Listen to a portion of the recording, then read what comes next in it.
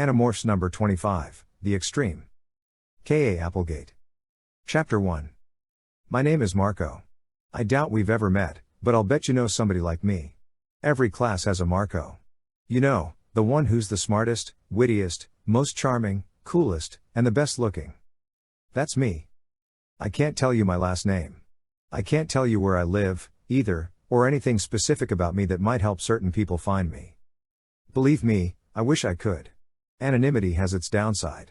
Last week, for example, I wanted to run through the halls of my school screaming my name so everyone could hear. I wanted to hop on a cafeteria table and dance on somebody's tater tots until a hall monitor came to drag me away. I wanted to call an assembly so everyone could congratulate me. I'd gotten a date. And not just any date. A date with the most beautiful girl in our whole school. If not the whole world.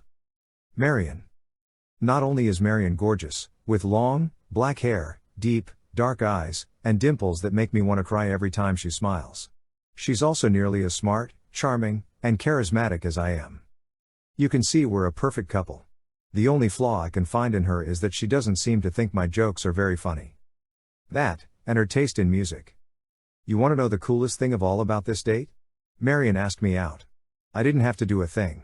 We were just leaving our music appreciation class together when Marion said to me, "Wow, Marco, you really seem to know a lot about classical music. And may I say, you are an unusually handsome, manly man. I want you now." Okay, that may be a slight exaggeration. But she definitely said the part about me knowing a lot about music. Either that, or I can scam teachers like no one else around, I said. Actually, I know next to nothing about classical music. But my dad's got a huge collection of classical CDs. Sometimes he'll hog the TV, watching documentaries about Mozart and Beethoven and other wild-eyed guys. Well, I have tickets to Symphony Hall this Sunday afternoon, Marion said. They're playing Beethoven's Third. It's my absolute favorite symphony. Do you want to come? Well, I'm more of a fan of his 33rd, I said, hoping I wouldn't pass out at her feet. Marion had just asked me out on a date. Marion gave me a quizzical look. His 33rd? I don't get it. Were you making a joke? Of course. It's a joke, ha ha, I said, sounding only slightly hysterical. I love Beethoven's Third. It's just so, I wasn't sure what to say. I'd never heard the thing before in my life. Marion looked at me eagerly, waiting for me to finish my sentence. It's just so. Beautiful? Marion suggested. Yes. I replied. That's a perfect word for it. Although I was leaning toward exquisite. Maybe even rapturous. Oh, yes, Marion cried. It's all those things. So will you come? Sure, I squeaked. Wonderful. Marion opened one of her notebooks and scribbled in it. She tore the sheet off and handed it to me. Here's my number. Call me and we'll make plans. Okay, I said, casually stuffing the sheet of paper into my pocket. I was going to have it framed as soon as I got home, but Marion didn't have to know that. This is going to be so much fun, Marion sighed. She smiled and her dimples made my heart skip a half-dozen beats. Then she reached out with her beautiful hand and touched me on my arm. My whole body tingled. Either I had a major crush, or the cafeteria had served tainted meat again. Talk to you, she said, walking away. Uh-huh, I grunted. Now this sounds pretty cool, huh? I mean, what more could a guy want than to be asked out on a date by the most beautiful girl in his school, right? For any normal kid, living a normal life, this would be, like, the high point of his entire existence. Unfortunately, I'm not a normal kid. And I definitely do not lead a normal life. Sure, parts of it are normal. I go to school. Do homework when I feel like it. Eat dinner with my dad. Watch TV.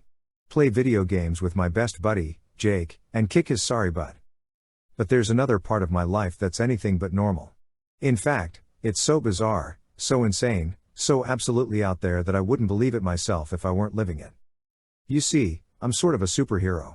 No, not Batman, although that's a good guess, with that whole very cool, handsome billionaire Bruce Wayne thing. Not Spider-Man, either. But I do fly, stick to walls, and toss bad guys around like they're plastic action figures. Superheroes use their special powers to save the world. And that's what my 5 friends and I are doing. Saving the world. Not from clowns like Lex Luthor or the Joker. I wish our archenemies were as tame as a bunch of comic book supervillains. Instead, Rachel, Cassie, Tobias the bird boy, the Andalite Ax, my best friend Jake, and I are battling an entire race of aliens who are trying to conquer Earth. The Yeerks. For your sake, I hope you've never heard of them. Because almost the only people who do know about them are the ones who've become their slaves. The Yeerk invasion is a secret. But it's happening. Believe me, it's happening. The Yeerks are slimy gray slugs that slip into your ear and wind themselves in and around every crevice of your brain. Once they've done this, they own you. Control you. They've enslaved you. You become something we call a controller. Someone with no free will. You can't scream for help, because the Yeerk controls what words come out of your mouth. You can't run, because the Yeerk controls how far and how fast your feet move. And you can't resist when the Yeerk in your head starts to recruit your family and friends into enslavement. Because you're a slave yourself. Pretty scary, huh? But maybe the scariest thing of all about this alien invasion is that you can't tell controllers from normal people. They look normal. Talk normal. Act normal. For all you know, your parents may be controllers. Maybe even your cute, lovable grandmother has designs on subduing the planet. So fighting this war, and it is a war, tends to make a guy kind of paranoid. You can't trust anybody. That's why I didn't tell you my name. And that's why, ever since we took a shortcut through an abandoned construction site one night, life, which I always want to find funny, has been mostly grim. It was in that construction site that we met the dying Andalite prince, Elfanger. It was there that he told us about the Yeerks. It was there that he gave us the nightmarish power to become any animal whose DNA we could acquire. Our one pitiful weapon. Ever since then, I have not been able to look at another human being without suspicion. No one. Not even Marion. And that's why, after experiencing those first few moments of joy after Marion asked me out, the suspicion began to seep into my brain. The gnawing little worm of doubt. What if she was one of them? What if sweet, perfect Marion, with those gorgeous dimples, was a controller? Sure, I might not mind being Marion's slave, but being a Yeerk slave is a different story. One date, I told myself. Then, before we decide to go steady, I can check her out. Chapter 2. So then what happened? Cassie asked me in study hall the day after what had come to be called the big date. Study hall was being held in the school gym this week. They'd closed our usual classroom. Something about asbestos and lawsuits. So instead of studying silently for an hour, a bunch of kids were playing basketball and volleyball while the rest of us, me and Cassie included, sat on the bleachers and talked. It was a big improvement. Well, after I failed in a bold attempt to escape during intermission, we went back in and the orchestra started to play. Again. And they played. And played. And I considered yelling fire. Just to get out of the place. And when I woke up everybody was gone, including Marion. Cassie laughed her gentle laugh.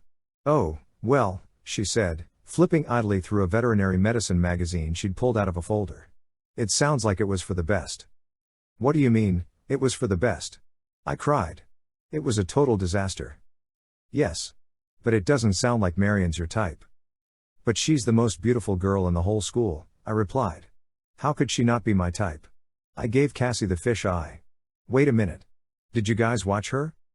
We are your friends, Marco, she said apologetically. We had no choice. You guys kept her under surveillance for the last 3 days? Well, it was mostly Tobias and Ax, since they don't have school. Anyway, she's not one of them. She never went near A, she lowered her voice to a whisper. Yeerk pool entrance. I wasn't sure how to react to that. Yeerks have to return to the hidden Yeerk pool every 3 days. Marion was okay. Now the question was this good news or bad news? I'd blown my big chance. Was it better or worse that she was a normal girl? Something else bothered me. Jake had asked Cassie to tell me this. Obviously. It was a good choice. Typical Jake. He knew that Rachel would just ridicule me. He knew that if he talked to me himself it would seem like he was meddling. But Cassie had the gentle touch. The diplomatic skill to let me know, without making me mad, that they had watched my temporary girlfriend behind my back. Cassie was watching me, waiting for my reaction. And I was just loading up to deliver something scathing yet not overly cruel when a shadow fell over us. I looked up. Hey, Marco. Hey, Cassie. What's up? It was a kid my age. He was a little bit taller than I am, which, I'll admit, is how it is with most people. His warm, confident smile made you want to like him immediately. But I knew better. See, this particular likable-looking kid wasn't a kid, and his smile wasn't a smile. Eric didn't attend our school. Eric didn't attend the human race. The kid standing in front of us wasn't entirely real. What Cassie and I and everyone else were looking at was a holographic projection. Underneath the projection was an android. An android that had been walking the earth for hundreds of thousands of years. Eric and his other android friends are called Chi. They were the companions of an ancient race called the Pemalites. The Pemalites may have been the most advanced species ever to exist in the history of the universe. So advanced they forgot all about primitive stuff like wars and worry and sadness. Unfortunately, the rest of the universe wasn't so elevated. An evil race called Howlers attacked the Pemalites and destroyed their home world. Some survivors fled to Earth, but before they escaped, their alien attackers infected them with a disease that eventually killed them all. The Chi, being androids, weren't affected by the disease. To honor the spirits of their former companions and creators, they infused the essence of the Pemalites into the bodies of wolves. Now you know why your dog is always in such a good mood. And since the Pemalites created the Chi in their own image, the Chi are pretty friendly themselves. In fact, they're pacifists, sworn, and programmed, never to harm another soul. Still, they hate the Yeerks and help us out whenever they can. Uh-oh, I said, still feeling a bit cranky over the possibility that Tobias had been watching Marion through her bedroom window. And I hadn't. Uh-oh? Nice welcome, Eric said, sitting down between us. Would you mind if we talk in private? I repeat, uh-oh. The air around us began to glow. The sounds of the gym, kids talking, the bouncing of the basketball, the squeak of sneakers on the court, disappeared. We could see everything happening in the gym, but it was as if we were looking out from inside a saran wrap bubble. I have extended my holographic projection to include the three of us, Eric explained. The Eric we were looking at now was a steel and ivory android that looked an awful lot like a dog, maybe a greyhound, standing on his hind legs. Everyone else in the gym sees and hears the three of us talking about last night's game. Well, if that's all you want to talk about, why all the secrecy? I said brightly. Eric smiled grimly. Not brightly. I felt the sense of another O growing inside me. What is it, Eric? Cassie said. Our sources tell us the Yeerks have been trying to develop a way to broadcast Kandrona rays using human satellite technology, Eric told us. They seem to have found some place on this planet isolated enough to allow them to erect a satellite station without interference. If they're successful, they could turn every backyard swimming pool in the world into a Yeerk pool. I felt sick to my stomach. That is definitely not good. Kandrona rays are what the Yeerks consume. They're food. They absorb it when they're in the Yeerk pool. It's their Achilles heel. They need the rays to survive. Every 3 days when Yeerks go down to the Yeerk pool, they slide out of their host's brain and take a Kandrona bath.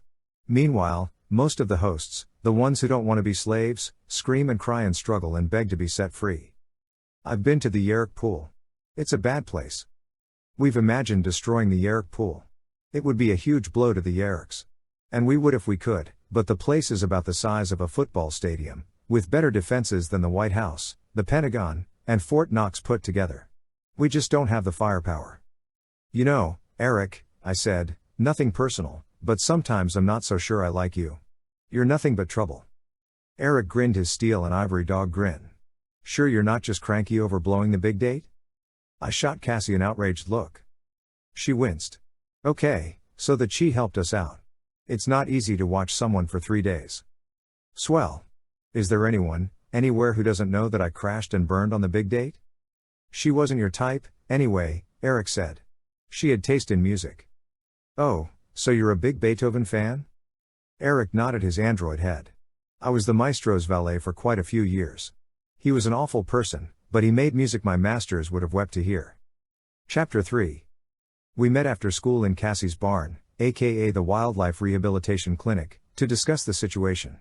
Cassie's parents are veterinarians. While her dad runs the clinic, her mom runs the vet staff at the gardens, an amusement park and zoo. Cassie helps out at the clinic, giving suppositories to cranky skunks and stuff. And let's face it, a wildlife clinic definitely comes in handy when we need to acquire a new morph. The get-together was like opening night of the local freak show. 4 kids who regularly become furballs. Eric, the ancient android. Tobias, the red-tailed hawk, keeping a lookout from the rafters. Ax, the Andalite, in his human morph. Ax's human morph is a combination of DNA from me, Jake, Rachel, and Cassie. Together we make one disturbingly beautiful person. Ax is the only Andalite on Earth. In fact, he's Prince Elfanger's younger brother.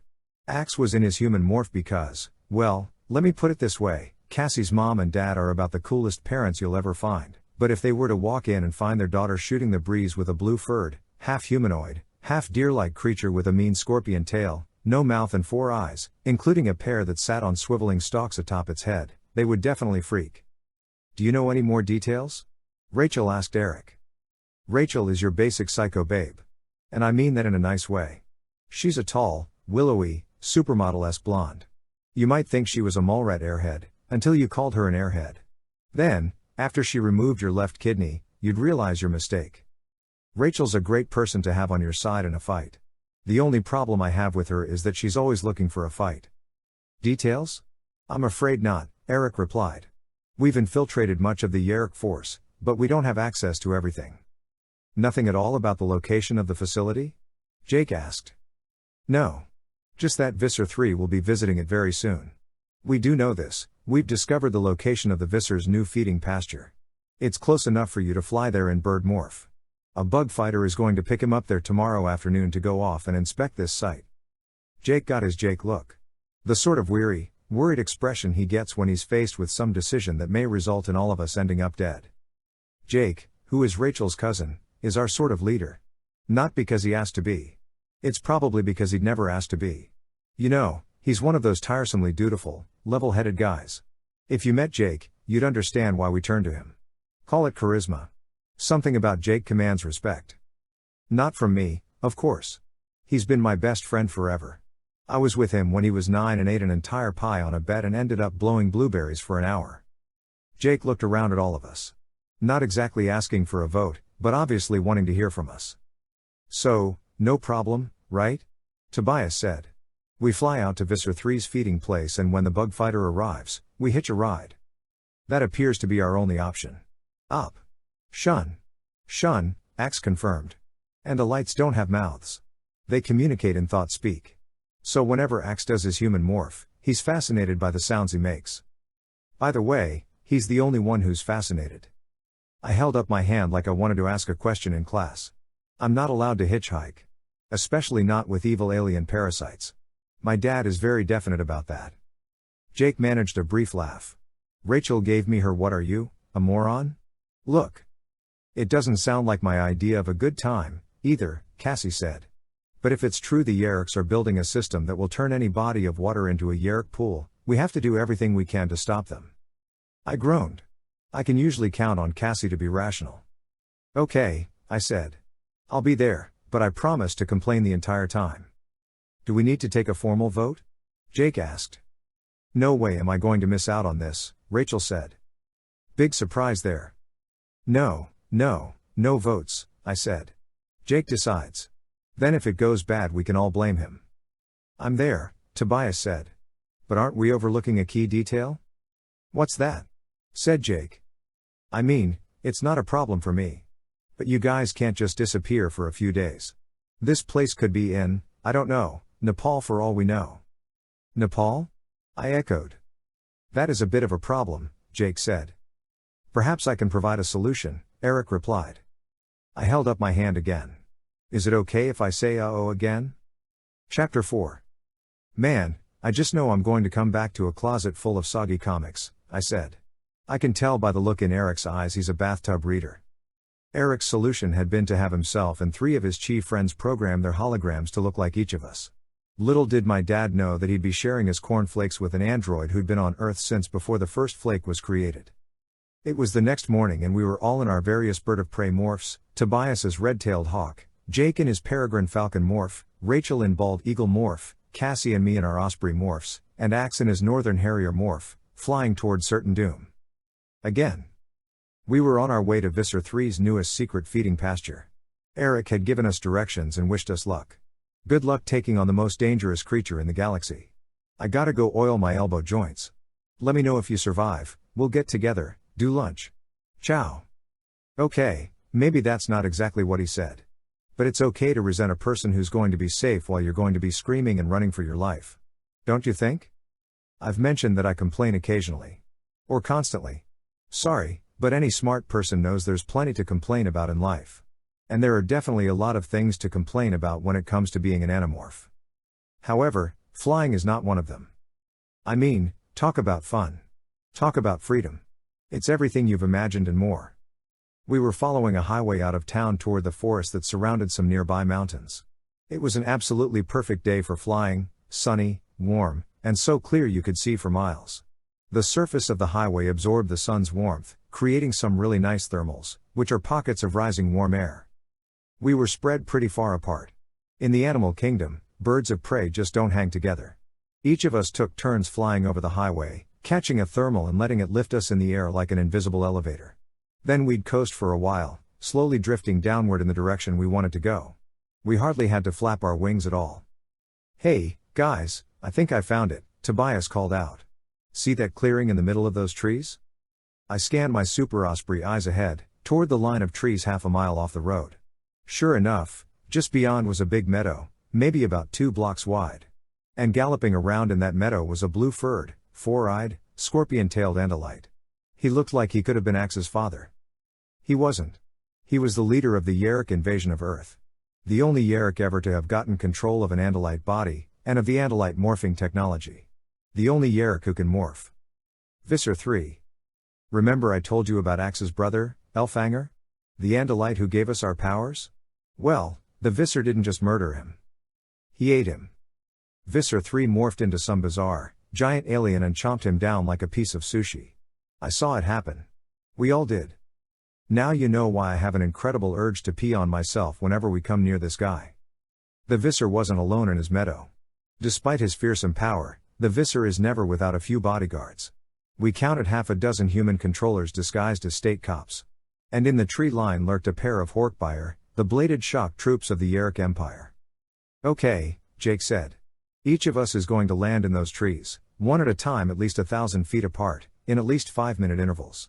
Rachel, you go first, then Cassie. Each of you keep an eye on those who land after you, so you can find them as easily as possible once you remorph. Tobias, you're last. Stay up top and keep a lookout until we've all landed." "Let's do it," said Rachel. I sighed. The 3 words I hate most. Chapter 5. I spilled the air from my wings and slipped through the trees. I landed silently on the ground, my laser-focus eyes locked on Visser 3 all the way. If he showed any signs of noticing any one of us landing, we were going to take off without a second thought. That was the plan. The Visser trotted through the grass, feeding through his hooves like any ordinary Andalite would do. The Horkbuyer and human controllers looked outward, like Secret Service agents around the president. I watched him closely to see if he noticed as we came in for our staggered landings. Nothing unusual. No sign his guards had seen us. I flitted through the tree branches. Stopping, flying, stopping again. Till I was just 100 feet or so from the Visser. Then I dropped to the ground, found cover behind a huge elm tree, and began to demorph. Even though I've done it dozens of times now, morphing never fails to freak me out. I mean, talk about unnatural. It doesn't hurt, but it's still just creepy. An itchiness washed over me as my feathers turned soft and ran together, transforming themselves back into skin. My wings, now pale flesh like a plucked chicken's, began to shrink and disappear into my shoulder blades. I could feel the bones in my legs creaking as they stretched out to their normal length and grew heavy. Sploot. Suddenly, fingers. I could feel them twitching, but they were attached to my shoulders. Ugh. My arms sprouted out of my torso like plants growing out of the ground in time-lapse photography, pushing the fingers and hands out before them, reaching their usual length in a few seconds. I was fully human now, dressed in ugly black cycling pants and a tight, white t-shirt. We've never figured out how to morph clothes, other than skin-tight stuff. Forget shoes. It's probably not even possible. Andalites invented morphing technology. And since they don't wear clothes, morphing artificial skin, as Ax says, isn't an issue for them. I crouched there in the dirt for a few minutes, catching my breath before morphing again. This morph was nowhere near as fun as an osprey. In fact, it was downright gross. I concentrated. I envisioned myself as a fly. Schloop. My arms and legs shriveled back into my body with a sound like the one you make when you suck a spaghetti noodle into your mouth. Good thing I was crouching when it started or I'd have crashed to the ground. Very annoying. No legs or arms. Unfortunately, every morph is different every time. You never know exactly how things will happen. Then I began to shrink. The trees around me became taller and taller as I became tinier and tinier. The leaves on the ground next to me looked as big as parking lots. I was fly-size now, but my body was still more human than insect. I was not an attractive creature right then. Marion would not have asked me out. My limbless torso began to divide itself into 3 parts. 6 tiny, hairy legs shot out of my sides. An itchy spot on my back suddenly sprouted tiny gossamer wings. All that remained of the morph was the part I dreaded most. Suddenly my 2 eyes began to pop. The 2 eyes became 4. Then 16. Then 256. And so on. I saw the world through thousands of tiny, fuzzy TV screens, facing in all directions. Compound eyes. A long tube sprouted out of my face, a proboscis that flies use to cover their garbage with saliva before they chow down. If I morph to fly 1,000,000 more times, I will never get over the sheer grossness of it. We wasted about half an hour hooking up together. 6 flies with senses designed to find dog poop. Not easy, but we eventually assembled into a sort of hideous squadron. We took off. A nervous, disgruntled, testy little squadron of flies on a mission to intercept the cruelest creature on Earth. Just another fun day of being an animorph. Chapter 6. How long until the Visser's dust-off flight arrives? Jake asked Ax. 5 of your minutes, Ax said. One of the many nice things about having Ax around is that he has a sort of built-in clock that allows him to keep track of the time. On the other hand, Ax, I really think you can just deal with the fact that they aren't our minutes. They are everyone's minutes. Ax ignored me. Let's get this over with, Rachel replied. Okay, Jake said. Remember, if anything goes wrong, don't look back. Get out of there as fast as you can. Ax? What's the best way to sneak up on an Andalite? From beneath. Okay, you heard him, Jake said. We buzz the grass, try to intersect him, come up beneath him, grab some Andalite stomach fur. Any questions? Nah, why would there be questions? I said. I mean, it's all so simple and easy and normal. What could possibly go wrong? Was that an example of human sarcasm? Ax asked. Ax, it's sarcasm for anyone, not just for humans. Let's get this over with, Tobias grumbled. Lousy fly eyes. I hate this. We kept low, down where a fly likes to fly. Down low where it can smell the rotting food and the animal feces and other wonderful, tasty things. We skimmed the wild grass tops. It was like flying at treetop level except that these trees were impossibly tall, willowy stalks that bent with every chance breeze. We buzzed our crazy fly wings and bobbled and weaved and wallowed toward a vague blob of blue fur and bad attitude. Visser 3 was still running, but slowing down. He was moving at an angle from us. We'd intersect in a few minutes. Less, if he turned. Yeah. There he is. Cassie yelped. Quick, or we lose him. I cut a wild turn. A pair of flies zipped in front of me. Impossible to tell who. The chase was on. Galumph, galumph, galumph. The Visser trotted, pursued by 6 panicked flies. Stay low. Jake reminded us. Go for the belly. A wall of blue fur galloped right across my line of flight. I saw 2 flies zip down and under the heaving curve and disappear from my limited sight. Then 2 more flies from out of nowhere. My turn. I shot through the air. Visser 3 loomed straight ahead, but I couldn't see clearly enough to tell whether his stalk eyes were looking in my direction.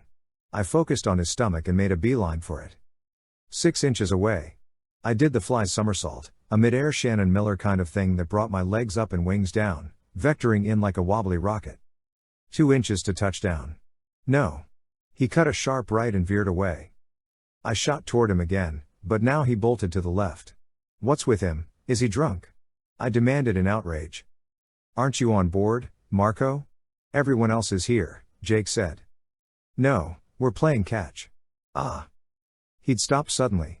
A hand the size of Colorado reached around, trying to grab me. I slammed into reverse, spun in mid-air, and zipped away. Only then did I realize the true target of Visser 3's hand. He was scratching his butt. Marco? A thought-spoken whisper. Jake. Are you here? Suddenly, it got very dark. A big black shadow, blocking out the sun. Something straight out of a science fiction movie. A bug fighter. They're called that for a reason. They look like a big, black cockroach. A roach the size of a school bus, with 2 long pincer-like things sticking straight out, like antennae with heavy starch. The bug fighter slowly lowered until it touched the ground. I froze. Visser 3 froze. A doorway, or at least a rectangle of relative darkness, appeared in its side. The big blue blob in front of me trotted inside. I followed him. Inside it was dark. A few lines of light along what was probably the ceiling and floor. An occasional box of light, probably display monitors. The air pressure around me suddenly changed as the entrance closed. I maintained and kept my eyes on the Visser. "Marco? Are you here?" Jake asked again. "Attempting rendezvous now, Houston. 10 seconds to contact." Visser 3 came to a halt. I dove for his underbelly. Just as I felt his fur under my feelers, my brain exploded with the sound of very loud thought speak. "Is the blade ship ready?"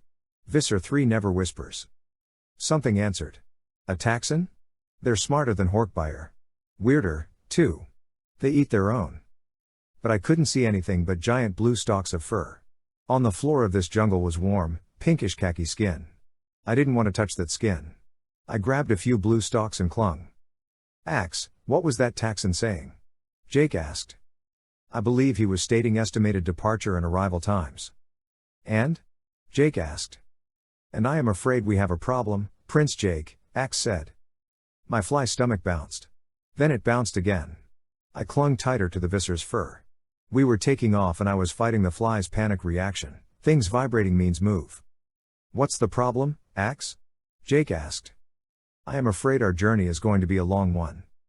"How long?" I asked. "Approximately 3.5 of your Earth hours." "Uh-oh," I heard Cassie reply. "Oh, man," Tobias said. "You're kidding me," Rachel said. The reason we weren't happy to hear this news, of course, is that it meant we were going to have to demorph at some point in flight. Somewhere aboard a ship occupied by Taxons and Horkbuyer and Visser 3. Chapter 7. 3.5 of our hours. "Where are we going?" "The moon," Tobias asked.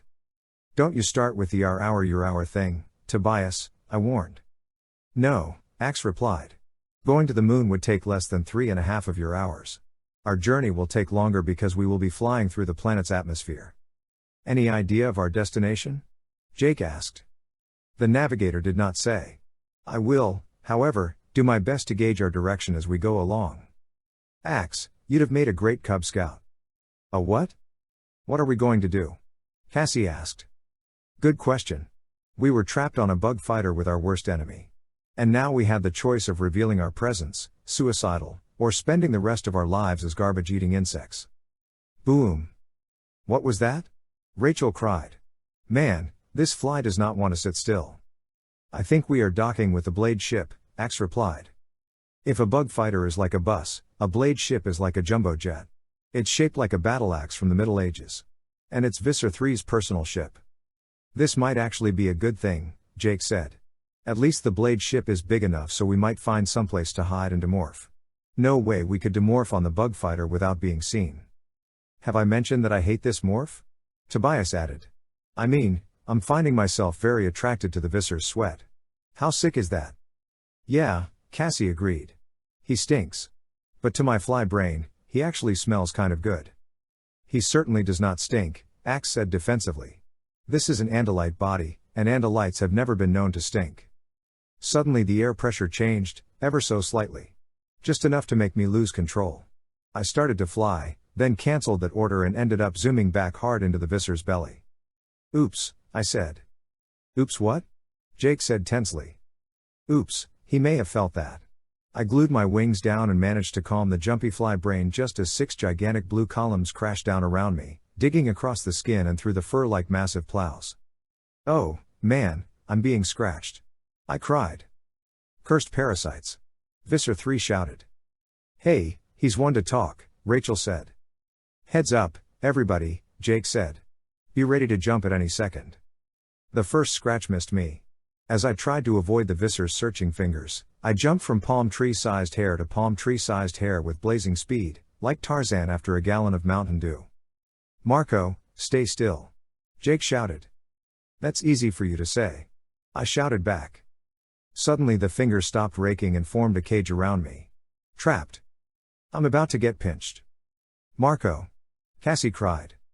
I felt a slight breeze wash over me. The kind of minuscule air movement only a fly notices. Then I felt a new vibration. Dozens of tiny impacts, the needle-sharp legs of a Taxon.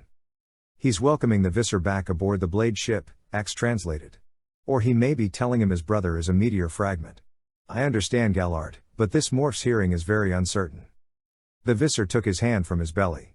The telephone pole fingers withdrew. Are all the Vinbur on board? Visser 3 growled. Vinbur?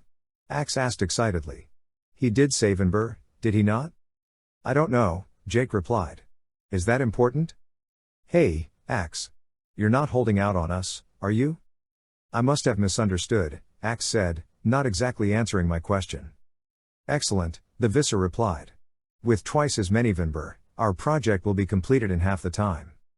Well, at least he knows his math, Tobias said wryly. And that was it for the better part of an hour. They say combat is 99% waiting around and 1% sheer terror. They're right. We hung out upside down, clinging to Visser 3's stomach hair, and tried not to let ourselves be overcome by the unholy, screaming willies. I mean, it's one thing being a fly when you're busy. But just hanging out, you start to notice the spit dribbling off the end of your proboscis. And that's not good.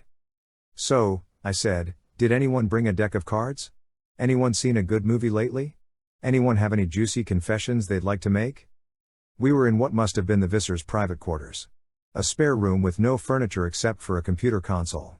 After all, he was in an Andalite body, and Andalites don't sit. There were various things hanging from the walls, like art. Some were large and elaborate, made of steel or something like steel. Some had electrical probes. Some had teeth or spikes or saws. We had an idea they might be instruments of torture collected from around the galaxy. We had that idea because I recognized one of the artworks. It's called an Iron Maiden. Not the dinosaur rock band, the Middle Ages cage with the spikes inside. It was a little depressing to realize that some Earth museum had unwillingly made a contribution on behalf of Homo sapiens. And it was even more depressing realizing that we were going up against a guy who thought you should hang an Iron Maiden on the wall instead of a Baywatch poster. Chapter 8.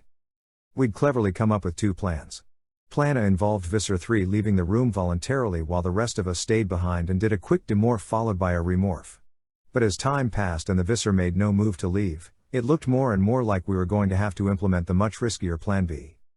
Fine by me. I was ready to do something or go insane. Inactivity makes for way too much time to think about things like death and destruction and pain and violence. Inactivity makes for fear. Another good defense against fear is humor. From my point of view, if you're not laughing, you're crying. Humor is coping mechanism. Besides, I sort of consider it my job to keep us loose in these situations. Entertain the troops. Say, Rachel, I got a joke for you, I said. No you don't, she said. I ignored the warning. Two blondes are standing across the river from one another. Hey, Tobias interrupted. Remember, I'm a blonde, too. It may be dirty blonde, but it's still blonde. Yeah, for a couple of hours a week, I said. Anyway, the one blonde calls out to the other blonde, how do I get to the other side? That is very funny, Marco, Ax said brightly. I haven't told the punchline yet, Ax, I replied. And the blonde across the river calls back to her, you are on the other side. That does it, Rachel said. Time for Plan B. I've heard that one before, Tobias said, unimpressed. I am afraid I do not understand, Ax replied. Tobias, where exactly did you hear that joke before? I demanded. A sparrow, an owl, and you, hanging out and swapping stories? Ax, do you have any idea where we are? Jake asked. I believe we are heading north. Still north? Jake replied. How much longer until we have to demorph? About 20 minutes, Ax replied. Of your minutes, he added, with what I swear was deliberate provocation. Good. Plan B, let's do something, anything. Rachel. Of course. Yeah. Guess we should, Jake said without much enthusiasm. Ax, are you ready? I believe so, Prince Jake. Break a leg, Axman, I said. Whose leg? It's just never mind. Everything was quiet for a few seconds. Then our brains were bombarded with the sound of very loud thought speak. Guard. Come in here immediately. Ax bellowed. A pretty decent imitation of Visser 3. I sensed a breeze filled with the scent of a Horkbuyer warrior. Visser 3's sudden, startled movement felt like a massive earthquake. I clung tightly to my chosen hairs. What are you doing, fool? Visser 3 shouted at the Horkbuyer. What is the meaning of this interruption? The Horkbuyer muttered. Get out. The Visser raged. Get out or I'll feed you to the Taxons. The guard left. Again, Ax, Jake said. Ax bellowed. Another breeze. I smelled a different Horkbuyer. I could feel Visser 3 quaking with rage. What? He screamed. It was like being in a front row seat at a Beastie Boys concert. Right by the big speakers. I thought my head was going to explode. A sudden muscle spasm. I knew right then that the Visser had snapped his deadly tail. Seconds later. Whoomph. Something big hit the floor. I didn't want to think about what it was. Who it was. Once more ought to do it, Ax, Jake said. I could sense his hesitation. I almost felt sorry for the Horkbuyer. They're just helpless slaves of the Yeerks. Whatever they do is at the command of the evil Yeerks in their brains. In fact, before the Yeerks conquered them, the Horkbuyer were a peaceful race. They're just big, dumb, bark-eating lizards. And kind of sweet, really. Innocent victims in a war that didn't seem to have any other kind.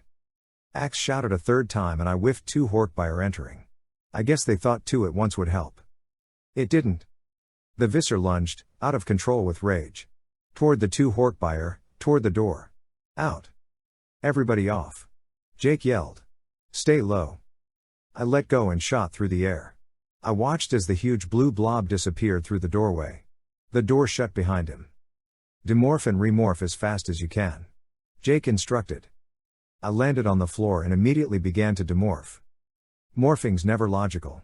It never happens the same way twice. This time, the first thing that changed were my eyes. Thousands of them went pop. Just like that, I had my human eyes again.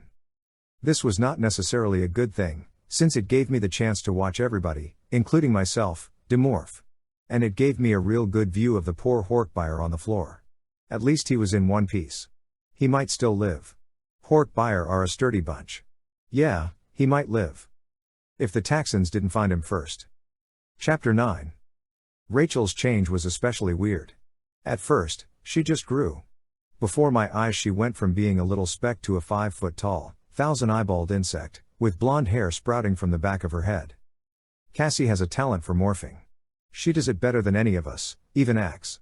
In a few seconds, she looked totally normal, except for the 2 gossamer wings attached to her back. She looked like an angel or a fairy godmother. I looked at my hands. They were hairy claws, gigantic versions of a fly's leg. I watched as the thick hairs disappeared, replaced by my own body hair. The ends of the claws cracked open like eggshells. My fingers slowly slithered out, like 5 baby snakes emerging from their shells. Everybody take about 2 deep breaths and remorph, Jake whispered when we all were completely demorphed. 4 humans, 1 red-tailed hawk, and 1 young Andalite. Easier said than done. Morphing is like running a 200-yard dash at top speed. You're not ready to collapse afterward, but you're not ready to do it again right away, either.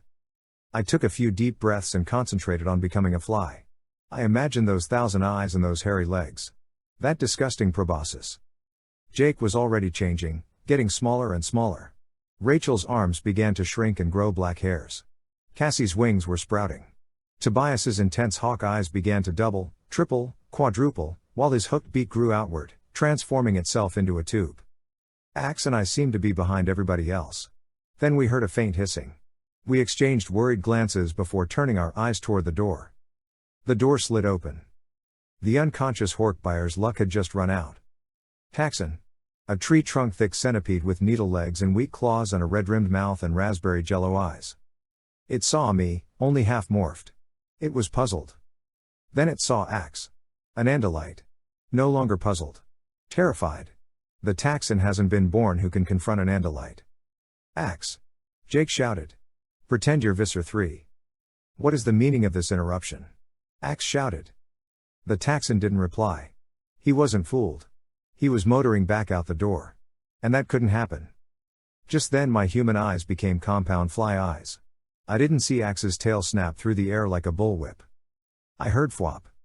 A soft impact sound followed, like someone had dropped oatmeal on the floor. An extremely foul smell filled the room. I knew that smell. I think we are in trouble, Prince Jake, Ax said. Is it dead? Jake replied. In a manner of speaking, Ax continued. One half of it is consuming the other half. Taxons are the universe's most dedicated cannibals. They don't just eat other Taxons. They even eat themselves, given the chance. Hunger defines their world. In death, the Taxon was acting out of some awful instinct. Ax, Jake said, in his very calm, no one freak yet voice. Finish morphing to fly and let's get out of here. Everybody stick close together. Hug the ceilings. Follow me. Come on. We shot out of the room into a long hallway. The walls and ceiling of the corridor were black. The floor seemed to be an illuminated path. 4 thin tubes of solid light hung where the ceiling met the wall. Ax, what are these lights along the ceiling? Jake asked. Each color designates the path to a certain portion of the ship. For example, on Andalite ships, following a green line will take you to the control room. A red line will take you to the engine room. Do you think these light lines function in the same way? I asked. It is likely. Everything the Yeerks have they stole from us. However, my fly vision cannot distinguish the colors of these various lines of light. What would be the quietest part of the ship, Ax? Cassie asked. Storage bays. They are most likely aft. Can you tell which direction the ship is flying right now? Jake asked. The ship is still heading north, Prince Jake. So we want to go south. Let's do that. A little warning before we make any turns, please. I said. In this light I can barely see a thing. Ditto, Tobias added. If we can't see each other, Rachel said, it's unlikely Visser 3 and his walking wood chippers are going to see us. I think. Think again, Cassie said. Look who's coming. A familiar blue blob. A now familiar aroma. Stick to the ceiling, Jake said. Visser 3 trotted right past us. Right past us and into his room. Then his voice was exploding in our heads like a nuclear bomb. Guards. A moment's hesitation as he put it all together. Then, the Andalite bandits. They are on board. The hallway was suddenly filled with the smell of Horkbire. Ax, what light path do we follow? Jake asked. I cannot be certain which leads to where. The Yeerk color sense may. Just pick one. Jake roared. Follow me, Ax said meekly. Jake almost never yells. When he does, you have to know it's time to do what he says. There were 4 lines of lights, and all of them looked the same hazy gray-green to me. To all of us. But Ax picked one. Get the Andalites. The Visser screamed in an absolute frenzy of rage and excitement. Here. On my own blade ship. Aha! I will slowly kill the fool who fails me. Do you hear me? Get them. Get them. Get them. We blew out of there as fast as our little fairy wings would take us. We chased that ribbon of light, hoping it wasn't leading us into an even uglier death trap. Chapter 10. Ax found the storage bays and led us there like he'd been born and raised on that blade ship. They know about insect morphs, Cassie said. We're vulnerable. They could flood the ship with insecticides. I'm not dying as a fly, Rachel said. They want me, I'm taking some of them down with me. She was already demorphing. And as far as I could see, she was right, forget dying as a bug. If the Yeerks were going to catch us, it wasn't going to be with a can of raid. We were about as trapped as we could get. Visser 3 knew we were on his ship. It was only a matter of time. And as far as this battle was concerned, the Yeerks' own time. In our normal bodies again we could see how scared we were. I could see the way Jake was gritting his teeth, Rachel's mean grin, Cassie's worry, tinged with sadness. It would almost have been better to remain in morph. In morph you could hear the fear, but you didn't have to look it in the eyes. I was watching Rachel, trying to decide for the millionth time whether she was brave or just insane, when I happened to focus past her. Rising up behind her was a pillar of glass. A cylinder 10 feet, 12 feet tall, and half as broad. Inside the cylinder was a vague shape, blood red and midnight blue slashes highlighting a glistening silver body. Yes, body. Because despite the frosted glass and the mist that filled the cylinder, that 10-foot tall tube contained something biological. There was a row of the cylinders spaced across the cargo bay. Maybe 10 in all. They look like creatures of some kind, Cassie said. I could feel the cold emanating from the cylinders. I reached out to touch one, but my fingertips went numb before they'd gotten within an inch of the surface. Okay, this is a totally unnecessary new weirdness, I said. They look almost like, Ax began. Like what? I demanded. I was going to say they look like the Vinber Visser 3 mentioned, Ax said. But they cannot be. What's a Vinber? Rachel asked. An alien race from a frozen moon several dozen light years from here, Ax explained. We learned about them in school. They were among the earliest evidence we obtained of life beyond our own planet. But the Vinber have been extinct for thousands of years. Yeah, well, speaking of extinct, I said, We'd better get morphed or we're gonna end up the same way. Cassie was trying to peer through the mist, struggling to get a closer look at the big, silver creatures. What would Visser 3 want with some extinct aliens? What do you know about these guys, Ax? They never got beyond primitive tool use, though they may have had the intelligence to evolve further. Had they survived? They lived in very cold conditions, 200 of your degrees below zero. Now there are degrees, too? I muttered. Hey, here's something to think about, the bad guys could be here any minute. Any one of our minutes. Do we want to spend the last few minutes of our lives talking about extinct alien popsicles? I must have sounded a bit hysterical. Jake actually smiled. Marco's right. Get ready. Suddenly Ax looked alert, like he was listening to far-off music. We are descending. Possibly preparing for a landing. Fine, whatever, let's morph, Jake said. Descending? I wondered. Preparing to land? Why would Visser 3 let the ship land? If he landed, we could conceivably escape. A mistake? I shook off the worry. I had enough worries already. Minutes later, we were as ready as we were going to get. Jake was in tiger morph, Rachel was a grizzly bear, Cassie was a wolf, and Tobias and Ax were their own handsome selves.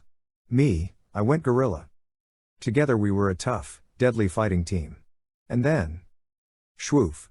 To our left a door opened. Shwoof. To our right a door opened. Shwoof. The door opened right ahead of us. Each door was big enough to frame a dozen Hork-Buyer. Peering over their shoulders were more Hork-Buyer. And right then I realized why Visser 3 had let the ship land. He'd located us. He knew he had us. And we were definitely dead. Chapter 11. I stopped breathing. Hork-Buyer were everywhere. Everywhere. This wouldn't be a fight. This would be a slaughter. Then, at the center door, he appeared. Well. Here aboard my own ship. How nice of you to come around to see me. Can I offer you anything? Something to drink? To eat? Or maybe just a quick death? The Visser laughed. He had reason to laugh. 3 doors open and filled with Drakon-armed Hork-Buyer. Give the word, Jake, Rachel whispered. Give the word and I swear I can at least get him. 3 doors? Wasn't there a 4th door? And why wasn't it open? Ax. I said urgently. I don't want to turn around and look, but is there a 4th door? Ax swiveled one stalk eye. Yes. It must lead to the exterior of the ship. But there is a control pad protecting the emergency manual release. It is undoubtedly coded. It would take me hours to find the security code.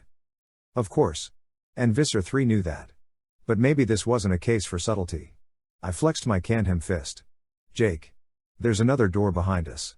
A keypad. Maybe I can break it open. And get fried before you twitch, Jake pointed out. No. The Yeerks will not fire weapons in here. Not with those canisters, Ax said. They are obviously valuable specimens. Jake reached a very fast decision. Rachel. Next word Visser 3 says, you slam the nearest canister. Marco? The keypad. Ax, back up Marco.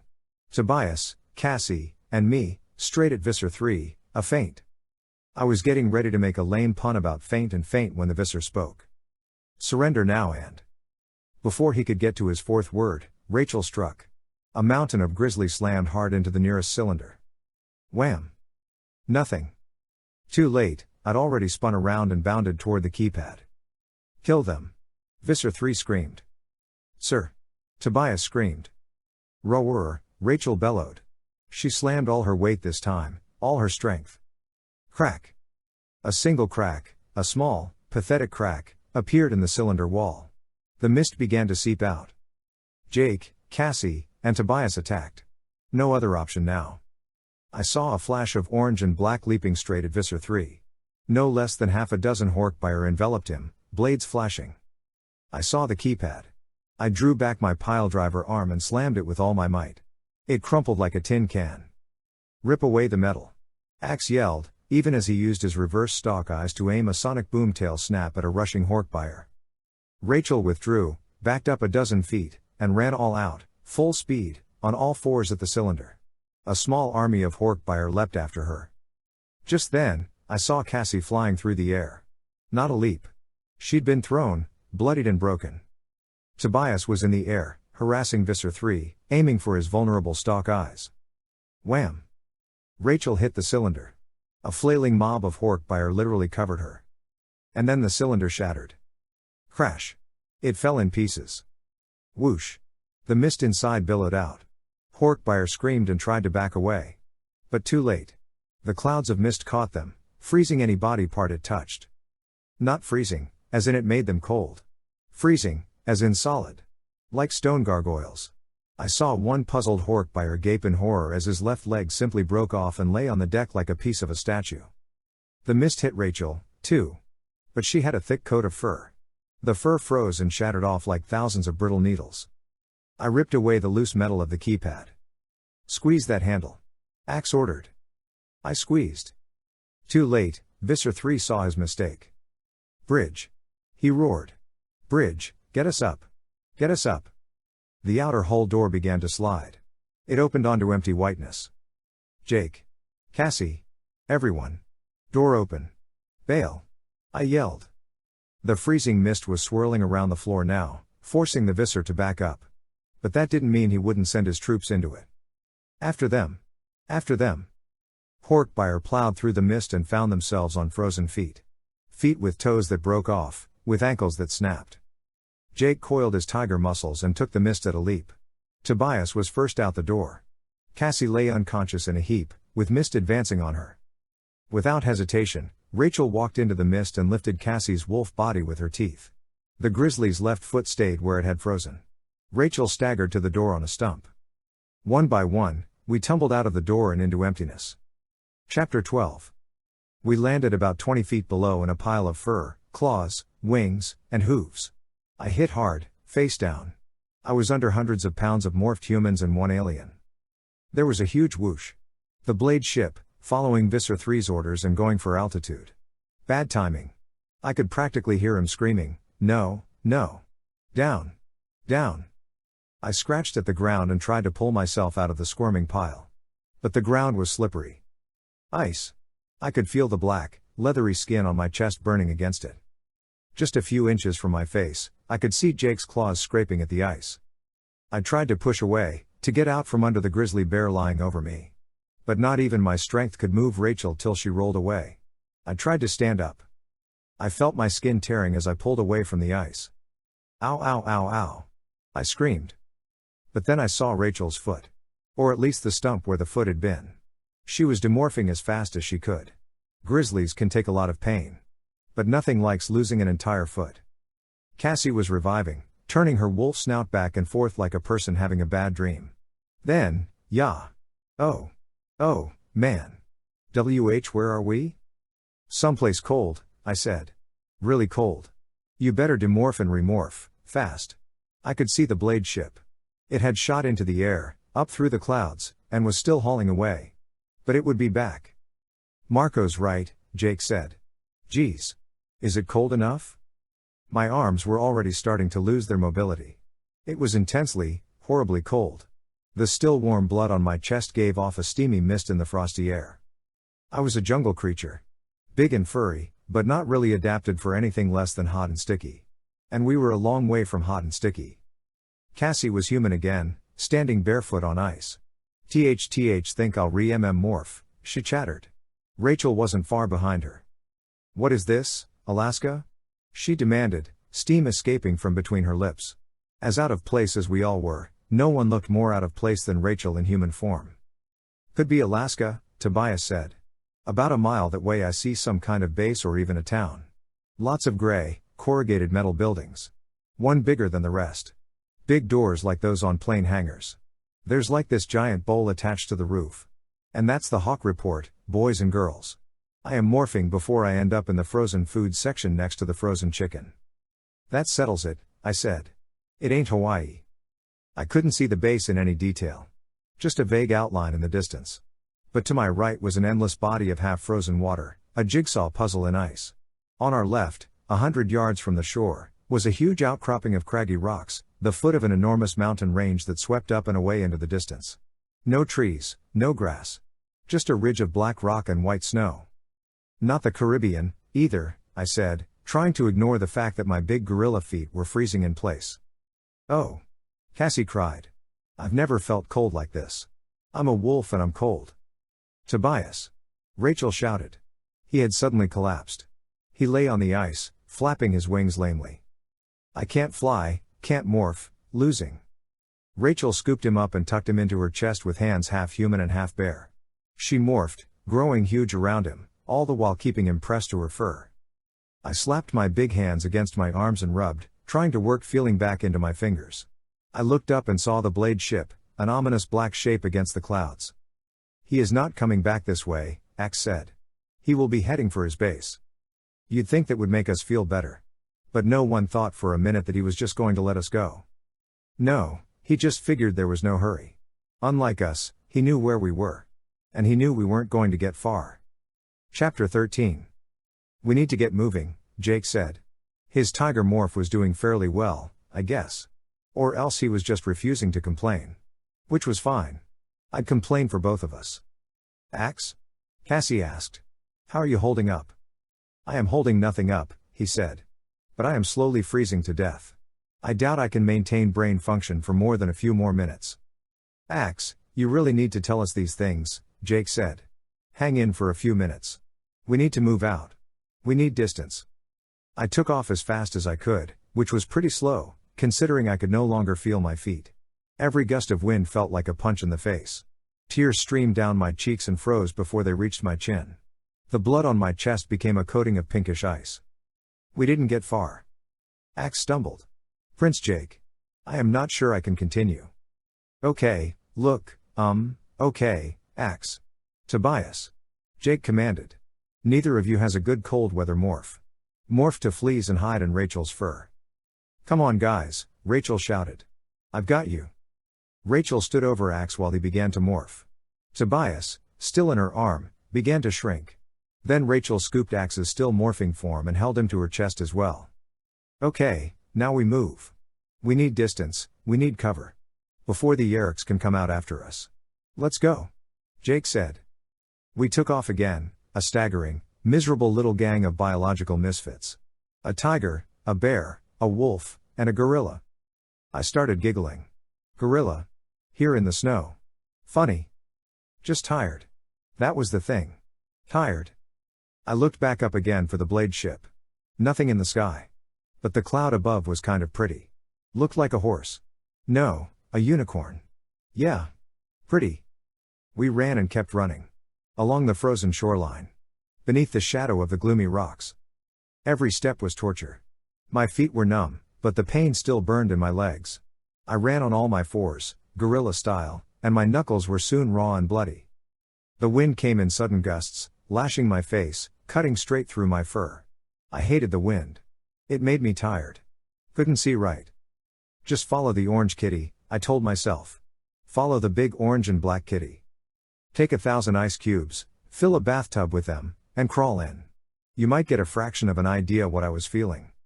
Now imagine the prick of a very sharp pin. Imagine a solid sheet of pins slapped against your face. Again and again. That was the wind. We ran on bloody frozen feet and now I saw rocks looming higher and higher beside me. Hide. Hide in the rocks. Yeah, that way the guys, the ones who were chasing us, wouldn't be. I realized I was confused. The thoughts jumbling together in my head weren't making sense. Were they? Okay, in here. Jake said. We can take a break. In where? Rocks all around us. Tall piles. Like rocks. Yeah. I cannot believe how cold it is, Cassie panted, her breath turning to plumes of steam. I can barely feel my paws, Rachel complained. What? I said. I need to sleep now. I looked down stupidly at my bare feet. Swollen. Huge. Nearly double their usual size. I closed my eyes. Tired. Cold. Okay, everybody, Jake said. We have to figure out what to do. Rachel, I know you're cold, but can you stand it? For a while, Rachel said. Not for long. Aren't grizzlies usually hibernating in a cave somewhere in the winter? Cassie? How about you? Well, wolves are cold weather animals, but I can't stand weather this cold. At least not for long.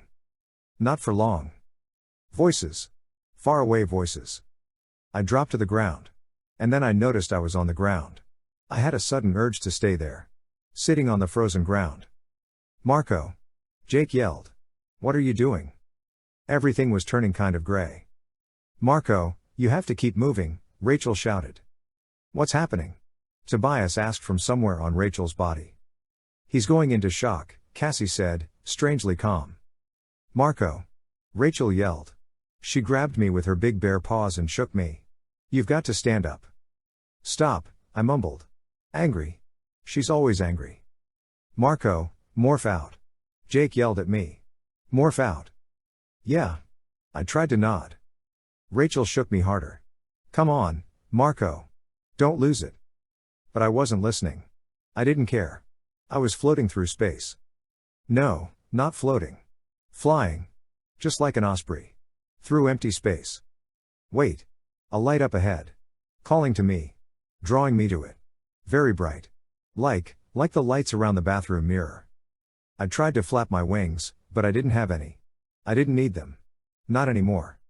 Chapter 14. Marco. "I'm coming," I whispered. "Almost there. Then everything would be perfect." "Marco." Okay. Wham. Something bashed me in the face. Blinding pain. I felt some teeth drop onto my tongue. "Marco. Wake up." I opened my eyes. Jake, Cassie, and Rachel were standing over me. Rachel had blood on her big hairy paw. My blood. From my flat gorilla nose. Now somewhat flatter. Her paw was raised, ready to smack me again. Hey. I yelled, gently touching my crushed face with a frozen hand. "What is your problem?" "I'm trying to save your life, you idiot," Rachel said. "Don't know why, but I am." "Well, try a kinder, gentler method next time," I whined, spitting out something that felt an awful lot like bloody teeth. "We were losing you. You have to demorph, Marco," Jake said. "Then remorph as a wolf. It's the best morph we've got for this climate. Rachel, you too, if you think it's best. I'll take Ax and Tobias while you go first." "They can stay on me," she said. Rachel?" Jake said. "You have to pass through human on the way to wolf." "Like we'd see anything?" Tobias said with a laugh. "We're fleas." I began to demorph. Slowly at first. Everything very slow. Brain not thinking too good. I began to change, shrinking back to my normal size. My frozen, swollen fingers thinned. My black fur sucked itself back into my body, leaving me even more vulnerable to the cold. A few seconds later I was back in my human form, with nothing on but a pair of black cycling pants and a white t-shirt. Not a good body for the weather. I morphed swiftly to wolf. Relief. Not total relief. The wind still sliced through me with its cold steel edge. But I had fur that was at least designed for fairly cold weather. And feet that were evolved for something other than padding around on heat-rotted vegetation. Cassie demorphed and remorphed as a wolf. Rachel was right with her. Jake morphed as well. I know he'd suffered in his tiger morph. But Jake, being Jake, wouldn't complain till everyone else was safe. "I think this is the best morph we have," Cassie said thoughtfully. "Unless we get to open water. Then my whale morph would be good. I don't know about dolphin or shark. I think they're both more warm water. Still, these wolf bodies are not equipped for the Arctic or Antarctic or wherever we are. We might be able to survive for a few hours at a time, long enough to remorph and regenerate, but we're still vulnerable. Too vulnerable to be fighting." "Point taken," Jake said. "We stay out of fights, if we can." I stuck my head out of the alcove to see what was going on back down the slope. With this slight elevation I could see the base clearly, if not in detail. But it wasn't the far-off base that got my attention. There was very little alive anywhere near us, and thus almost nothing to smell. So when the new scent drifted our way, all our wolf heads perked up. You probably know how well a dog can smell and hear. Well, a wolf is to a dog what a Ferrari is to a Hyundai. Smell. Sound. Sight. All locked on like some computerized targeting system. "What the heck are those things?" I cried. There were two of them. About 8 feet tall. Humanoid. Torso, head, and limbs in the usual places.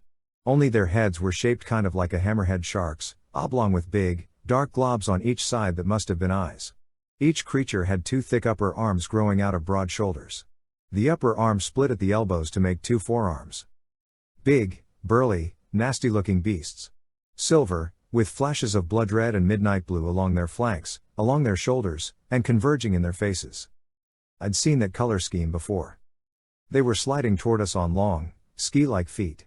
They used 2 of their forearms, one right and one left, to propel themselves forward. And they glistened in the light like diamonds or crystals. With their 3rd and 4th forearms, each carried a chunky black tube of some kind. Ax, we've got aliens coming, Jake said. I think they're the ones we saw in those cylinders.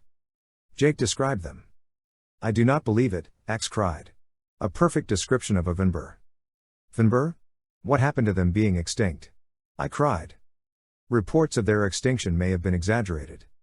Ax, are you developing a sense of humor? If so, stop it, okay? Well, whatever they are, they're coming this way in a hurry, Rachel said. And judging by those big guns in their hands, I don't think they're welcoming us to the neighborhoods. Yeah, Jake said. Let's get out of here. The Vinber kept coming, making strange, crunching noises. Regular, repeated sounds that seemed to ricochet off the rocks behind us in a weird, distorted echo. Crunch. Crunch. Sproing.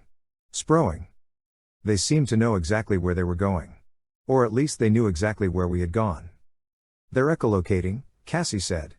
Pinging us with those sounds. Into the rocks, Jake said. They can't echolocate in there, can they? They should not be able to now, Ax pointed out.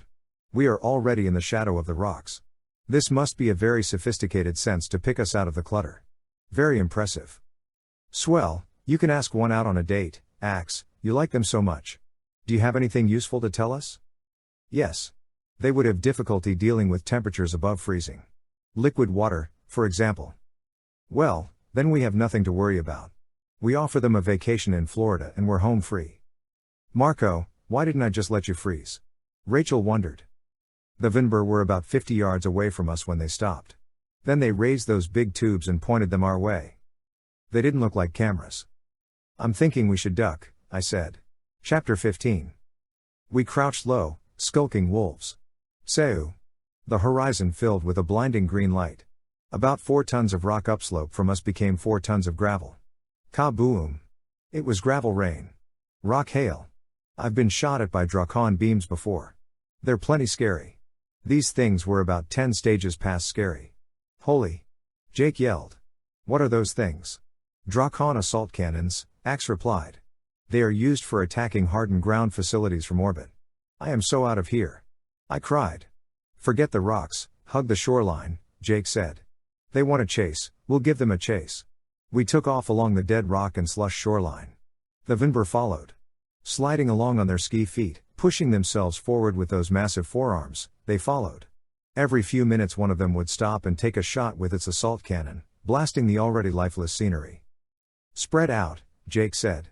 One well-aimed shot could kill us all. We ran and ran down that shoreline. One good thing about being a wolf is the ability to run for hours without having to stop. A wolf can run all day and all night. The Vinber kept after us. They were bigger, they were stronger. We were faster. And they couldn't match our endurance. But unlike the 6 of us, the 2 alien ice monsters didn't have to demorph every 2 hours. This makes no sense, Ax said as we ran. The Yeerks could not possibly infest the Vinber. The Yeerks would freeze. They must be controlled by some other means.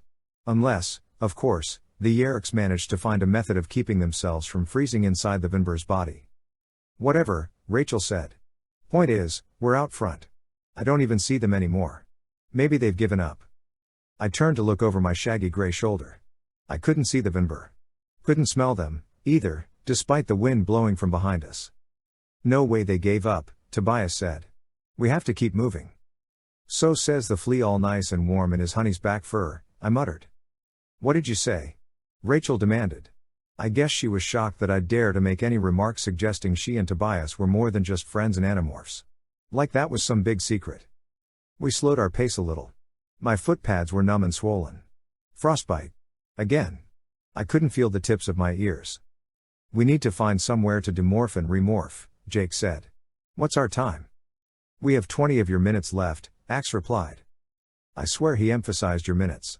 We trotted back over to the rocks that continued to follow the shoreline all the way to eternity. We ran until we found a deep, steep-walled alcove. It was still cold as the dark side of the moon. But at least the wind was left behind to howl and moan impotently. We huddled around Cassie, trying to keep her warm as she demorphed first. Then we took turns demorphing and remorphing, huddling together like a litter of newborn puppies. Weird. A bunch of wolves pressing flank to flank. It was a strange and kind of wonderful experience. It brought back memories I didn't know I had. From when I was very little. Sitting on the couch with my mom, snuggled up against her, watching TV and sucking my thumb. Corny. Probably the cold was getting to me. Or maybe it's just that in the cold, in an environment that is ready to kill you without thought or mercy, simple animal warmth, body, breath and breath, seems to touch something deep inside you. Millions of years of Homo sapiens, huddled together, body against the killing wind. Until at last humans learned to make fire. Of course, that involved matches. Or at least stick. So now what? Rachel asked when we'd all remorphed. Ax and Tobias had remorphed as fleas and were hiding in Jake's fur. I guess my undiplomatic remark about Tobias and Rachel had made them self-conscious. We have to keep moving, Jake said. I'm sure the Vinber are still tracking us. But we also have to find somewhere to hide for the night. No way we'll survive this cold without shelter. Maybe we can find a cave, Cassie said. Or a snowdrift and dig a hole in it for a lair. Or a McDonald's, I suggested. I thought they were everywhere. What we really need to do is find some cold weather animals to morph, Rachel added. I'll second that motion, Tobias said. When we were semi-thawed, our frostbite all replaced with healthy flesh in the new morphing, we moved on. It was getting dark. According to Ax it was only 2 o'clock, in our hours. But the sun was already disappearing. That could only mean it was going to get colder. Chapter 16. We trotted along the shoreline in the fading light. Sometimes we ran. Every once in a while I'd look back in the direction of the Yeerks station. I couldn't see anything. But now and then I caught a smell that I was pretty sure I recognized. Vinber. Still hunting us. The ice along the shore was more solid here. It extended in a lumpy sheet from about a quarter mile to several miles from the shore. Beyond that, the water was thick with chunks of white.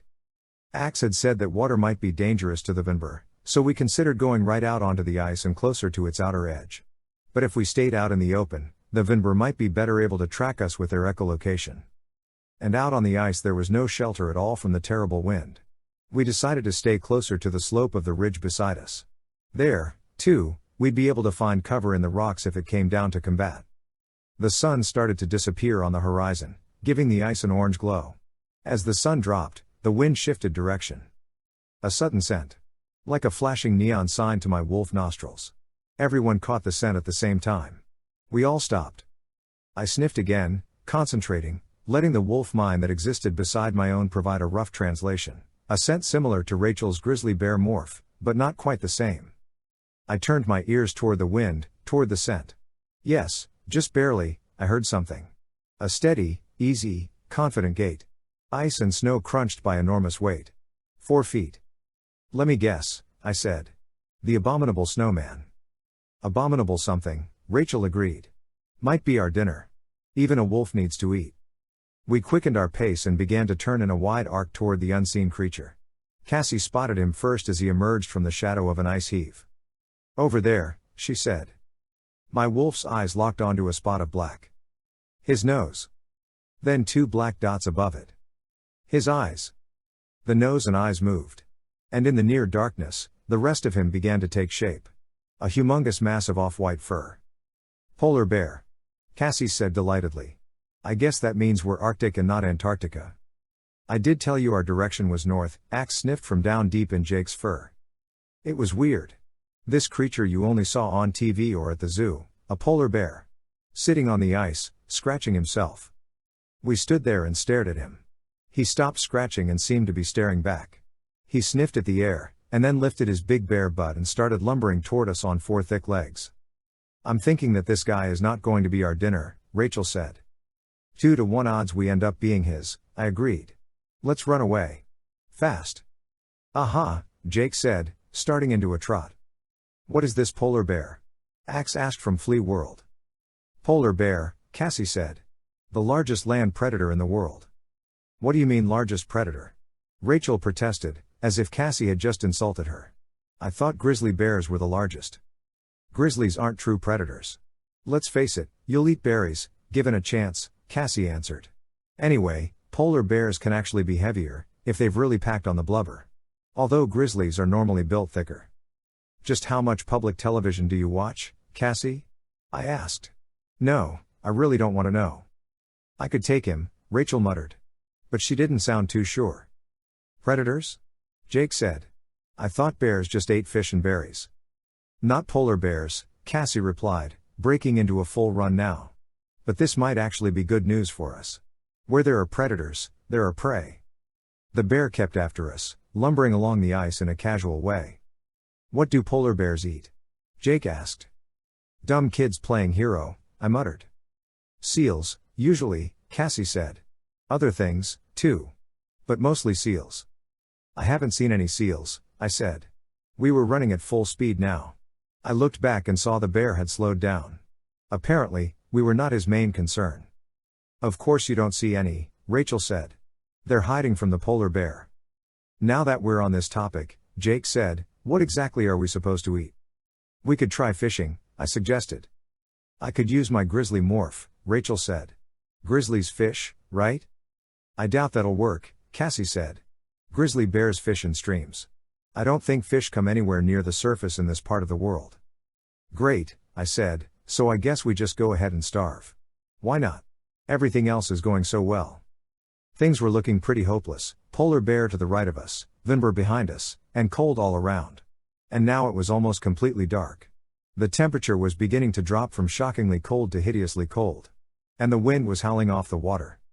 We'd better find somewhere to hide for the night, Jake said. I'm just glad the Chi are covering for us back home, Cassie said. Usually Cassie knows the right thing to say. Not this time. The last thing I wanted to think about right then was my home with my warm bed and my warm TV. I've been hurled 60 million years into the past, and been trapped on alien planets, but I'd never felt so far from home. Chapter 17. We dug a lair in a snowdrift on top of some rocks looking out over the ice. And by lair I mean a big hole. A big, wet snow hole. I get the bedroom with a separate bath, I said. No one laughed. For what felt like the 10th time that day, we demorphed, one by one. We shivered in our human bodies for just long enough to turn blue, all except Ax, who was already blue, then remorphed. The temperature continued to fall. We heard the ice cracking and groaning like a never-ending thunderstorm echoing through the darkness. It was an amazing sound. You know how they say all the continents used to be one big continent, and that over millions of years they broke up and drifted apart? That's what it sounded like. The continents leaving each other behind. We spent the night huddled together in our makeshift cave, trying to keep each other from freezing to death. Each of us took turns standing guard, which basically consisted of sticking a nose out in the frozen air every couple of minutes to catch wind of anyone or anything dangerous. Once in a while, I caught a vague, alien scent. The Vinber were still tracking us. But as long as we were hidden underground, their echolocation would fail to find us. Say, Ax, I said sometime in the middle of the night. You sleeping? No, Marco, he replied from somewhere on my chest. He and Tobias had moved after Jake began complaining of some suspicious itchiness. What's the deal with these Vinber? I asked. Every Andalite knows the story of the Vinber, Ax began. In fact, the story of the Vinber has much to do with the modern Andalite policies and methods of interstellar interactions. Tell us the story, Ax, Jake said. Obviously, none of us can sleep. And we have to demorph soon, anyway. So what do you know about the Vinber? Just what everyone knows, he said. I mean, what any Andalite knows. They were a primitive species with a highly unusual physiology. Unique, actually. They do not seem to have required radiant energy of any kind. Obviously they are not carbon-based. Obviously, I mocked. They were discovered back toward the dawn of Andalite space travel. Not by us, by some other race. The Five. The Five what? Cassie asked. No one knows. They just called themselves the Five. No doubt it meant something to them. Maybe they lived between the 4 and the 6, I suggested. Anyway, the Five discovered the Vinber and began to trap and export them. Say what? They basically harvested the Vinber.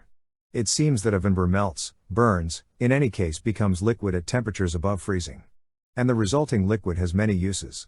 Particularly in the creation of superconductors for the primitive computers of that era. But these are sentient creatures, aren't they? Cassie asked. Yes, Ax said simply. They were. The Five extinguished them. They annihilated a sentient species to speed their computers. The Vinber disappeared. That's sickening, Cassie said. That's just evil. Yes, Ax agreed. But if it is any comfort, the 5 are no longer in existence, either. Soon after we encountered them for the first time well, no one knows for certain what happened to the 5. But Andalites in that era are not the Andalites of today. There was a long silence after that. You couldn't say there was a chill in the air since it was already freezing. But our already low spirits had been plowed under. Good bedtime story, Ax, I joked. If you ever have kids, they're going to need nightlights. Just one big question, if the Vinber are extinct, why are they trying to kill us? I can only speculate. I suspect that because of temperatures on Vinb, the Yeerks were able to retrieve some intact genetic material from Vinber corpses. So they regrew them? Probably they coupled the Vinber DNA with some other species. These would be a hybrid, part Vinber, part something else. What else? Cassie asked. Ax hesitated. You would want to use a species with the most complex DNA structure available. It would make it easier to attach new DNA. And what creature would that be? Tobias asked. Of the species available to the Yeerks? Ax said. Humans. Those Vinber may be a hybrid of Vinber. And humans. After that we fell silent and stayed that way. We curled up against one another, 4 wolves and a pair of fleas, deep in a hole in the snow, lost in a frozen wilderness, thinking of faraway tragedies on dark, frozen moons. I'd have traded my left lung for a fire. Chapter 18. Throughout the long night we demorphed and remorphed one at a time and again.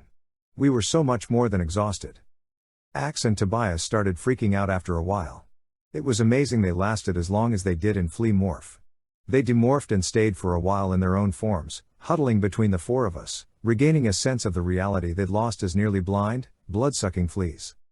It was not a good night. It did not pass easily. I was cold, scared, hungry, cold, hungry, and also cold. We were without a plan. Without a clue. As lost as it was possible to be. And more tired than I would have thought possible. Morphing was probably the only reason we survived that night. After about an hour, the cold became so severe we thought we were going to die. The morphing process would bring us back to full health so we could start freezing to death all over again. Many hours and many morphs later, the sun began to creep through the hole of our lair. I am not known as a morning person, but I was the first to crawl out and take a look. The temperature had risen. It was probably a balmy 30 below. I sniffed the air and caught the scent of the Vinber. Those guys just do not give up. I complained. I smelled something else, too. Very close. Out on the ice a half-mile away. The polar bear. It took me a while to find him. I couldn't see his black nose or eyes. When I finally did spot him, I realized why his eyes and nose weren't visible. Hey, guys, check this out, I said. Jake, Rachel, and Cassie crawled out of the hole and stood beside me at the lookout post. Jake was carrying Ax and Tobias again. They'd promised not to bite. I smell polar bear, Cassie said. But I can't see him. Try a little to your right, I said. Like this helped. The horizon was nothing but a vast sheet of white paper, with a dark edge where the water began. Oh, I see him, Rachel said. What's he doing? Our pal had his entire head stuck in the ice, ostrich style. He was a giant set of 4 pillar-like legs with no head. He must be seal hunting, Cassie said. We sat and watched him. The predator part of my brain was riveted. We hadn't eaten anything for almost 24 hours. The extreme cold was sapping our energy badly. If we didn't get something to eat soon, we'd die. And the nearest Taco Bell was probably 1,000 miles away. The polar bear pulled his head out of the water, shook it, and lumbered further out on the ice. Finally, when he was about 20 yards from the water's edge, he dropped onto his stomach and slithered along a few feet at a time. The polar bear stopped. He'd found something. Suddenly he raised one of his giant paws and slammed it through the ice. I heard a desperate squealing and saw a pair of gray shapes scurry out of the hole his paw had made. The shapes scurried off and jumped back into the water a few yards away.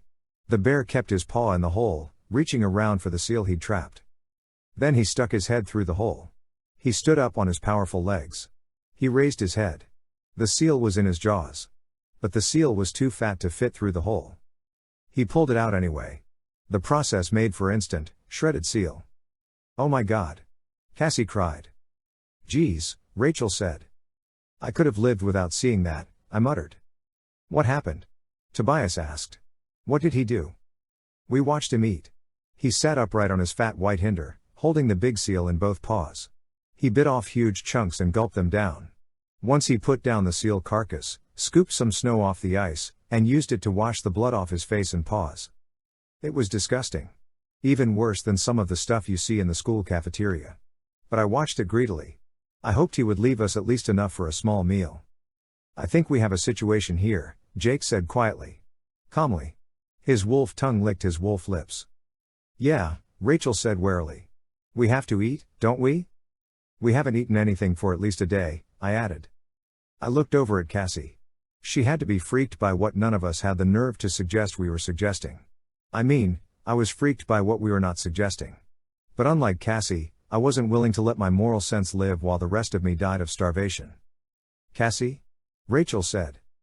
What? She replied, a hint of anger in her voice. What should we do? Why are you asking me? I said, we're not equipped to hunt in this environment, in these morphs. We're freezing. If we don't eat soon, we'll be too weak to plan our next move, let alone finish what we came here to do. Destroy that satellite station. I know this sounds weird, but I'd kind of forgotten that we had a goal. All I'd been thinking about was staying warm and fed. And alive. But you're waiting for me to give my approval? Is that it? She said. Look, I began again. If I had to be the jerk in this situation, that was fine. I was used to it. I was usually the first one to state the obvious, no matter how ugly it was. Just call me Mr. Ruthless. In case you haven't noticed, there doesn't seem to be a Mickey D's around here. I noticed that, Cassie said, a little annoyed. It's obvious what we have to do. And not just to the bear's leftovers, but to any live seal we can find. What I don't understand is why you're asking me for permission. Do you guys think I'd put an animal's life over yours? Or mine, come to think of it? I don't know, I started to say. You don't know? When did you start thinking I was some kind of fanatic? We're freezing, we're starving, and I'm going to go all tree hugging, never eat anything with a face on you? Well, I can never tell what you'll think, I whined, taken aback and feeling like I'd insulted Cassie. Here's a clue. Don't kill a sentient creature except in absolute self-defense, try not to wipe out endangered species, and if you're going to raise animals for food, treat them as well as you possibly can. But when you're a wolf, a starving wolf wandering around the frozen Arctic, and you see a meal, eat it. Cassie is obviously not a morning person, either. This was grumpier than I'd ever seen her. Probably, despite her tough talk, she was not looking forward to eating cute seals for breakfast. Come to think of it, I wasn't, either. The two seals who'd escaped the bear were visible some distance off. We looked at them with the intensity of hungry wolves. Nature isn't pretty, Tobias said, reassuring us. It isn't supposed to be. Yeah, survival of the fittest, Rachel muttered. A good philosophy, Ax said mordantly, unless it turns out that the Vanber are fitter than we are. Chapter 19. The bear eventually dropped the seal carcass, stood up on all fours, and lumbered away. When he was out of sight, we walked to the bloodstained spot. 4 wolves and 2 fleas. The body was about 4 feet long. The bear had left us plenty. In fact, it looked like he'd just ripped off the skin and chowed on the seal's blubber, leaving most of the meat for us. It was still steaming. We stood there over it, looking briefly at each other and then back to the body. None of us wanted to take that first bite. Ax? Tobias? What about you guys? Jake asked. They were both stuck on my skin somewhere. Actually, Ax replied sheepishly, I am not hungry. Me neither, Tobias mumbled. What? Said Rachel. How can't you be hungry? Then, oh. I apologize, Marco, Ax said. The flea's instinct was quite strong. It's okay, Cassie said. It's no worse than what we're about to do. Oh, yeah? I said. You can have them next, Cassie. You guys could have at least asked. Let's just do this, Jake said abruptly. He stuck his snout into the carcass and tore off a stringy piece of the seal's flesh. We joined in after that, digging our sharp wolf's teeth into the already half-frozen body, tearing off chunks and gulping them. Say, Ax, I said when I'd finished gorging. Any idea where we are? Far north, he said. Northern Canada, Alaska, Greenland, Rachel offered. Iceland? It may not be the Iceland, but it's an ice land, Tobias said. Past that, who cares? We've got company, Jake interrupted. A couple of Arctic foxes were sitting on the ice 100 yards away. They were about 2 feet long, with thick coats of long white fur. They'll just have to wait until we're done, Rachel said greedily. Life's going pretty well, huh? I said. We're down to chewing seal bones. Not that I'm complaining. Any food is better than no food. It could use salt, Cassie said. Coming from her, it was so unexpected we all burst out laughing. Salt? It could use a charcoal grill, some barbecue sauce and fries on the side, Jake said. And coffee. Hot coffee. I don't even drink coffee and I want some. Cassie stuck her nose in a drift and used the snow to wash the blood off her mouth. Then she rubbed her paws in the snow to wash them off, too. Now what? Cassie asked. Yeah. Now what, Dad? I asked Jake. He sighed. So far we're just getting chased. You don't win by running away. But first things first. We need to acquire some cold weather morphs. We're barely surviving right now. We need the power to go on offense. What do you think the odds are that our pal the polar bear will let us acquire him? I asked. Then my sensitive nose picked up the scent of seals, very close. Live seals. I spotted the two little gray balls floating in the water.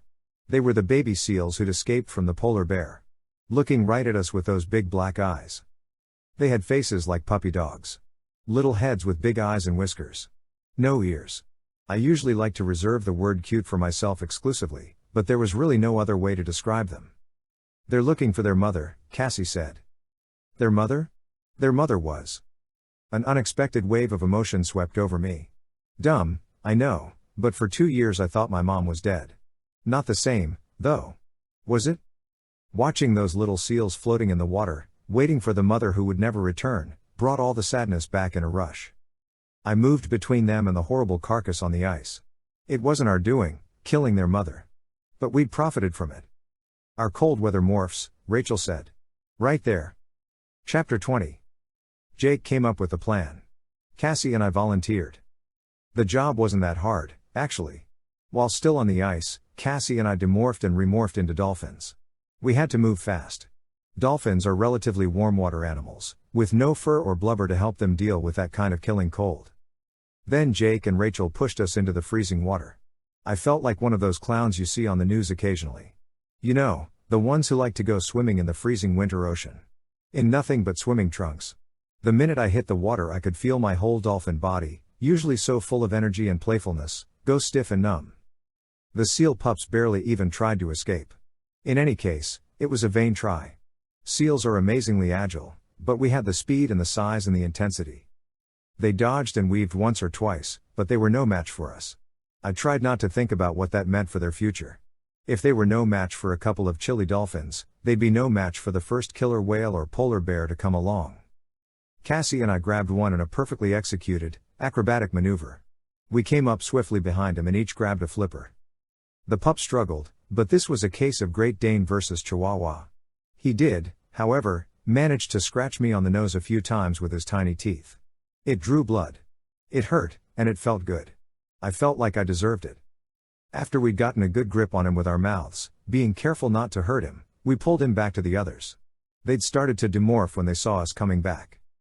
We nosed the little seal up onto the ice. Up at the feet of a strange little collection of unlikely creatures, 2 humans dressed for an August day, a red-tailed hawk shifting from talon to frozen talon on the ice, and Ax. Jake and Rachel grabbed the pup and held him between them. First one, then the other, acquired the pup's DNA. They held him still as Ax pressed his many-fingered hand into the wet fur. Tobias fluttered up and landed on Rachel's shoulder. A painful thing for Rachel, though by then she was too cold to feel the bite of the talons. The seal pup looked up, mystified but amused at the winged creature who gingerly touched him with his talon. Cassie and I propelled ourselves up out of the water and demorphed on the ice. Not a pleasant experience. My skin froze to the ice halfway between dolphin and human. I ended up leaving an inch of Marco behind. Have I mentioned that it's cold? I shivered, human once more. I touched the seal. Wet and firm and soft. Like touching a furry water balloon. Sorry, I said, for no good reason. Nothing we can do, Cassie said. She set the pup back down on the ice. He scooted to the water's edge and slid in, rejoining his, or her, brother or sister. They might make it, Rachel chattered. But Cassie shook her head. For some reason she smiled sadly at Tobias. No, they won't make it. But they'll feed some orca or polar bear, and you can't go all mushy over these guys without realizing that orca babies and polar bear babies have an equal right to live. Still, if we could, Tobias said. They were remembering the skunk litter we'd once saved. Tobias had eaten one of the skunk kits. Then he'd helped Cassie keep the rest alive. Nature, huh? Rachel said. Yeah. Nature, he replied. Guess we better morph.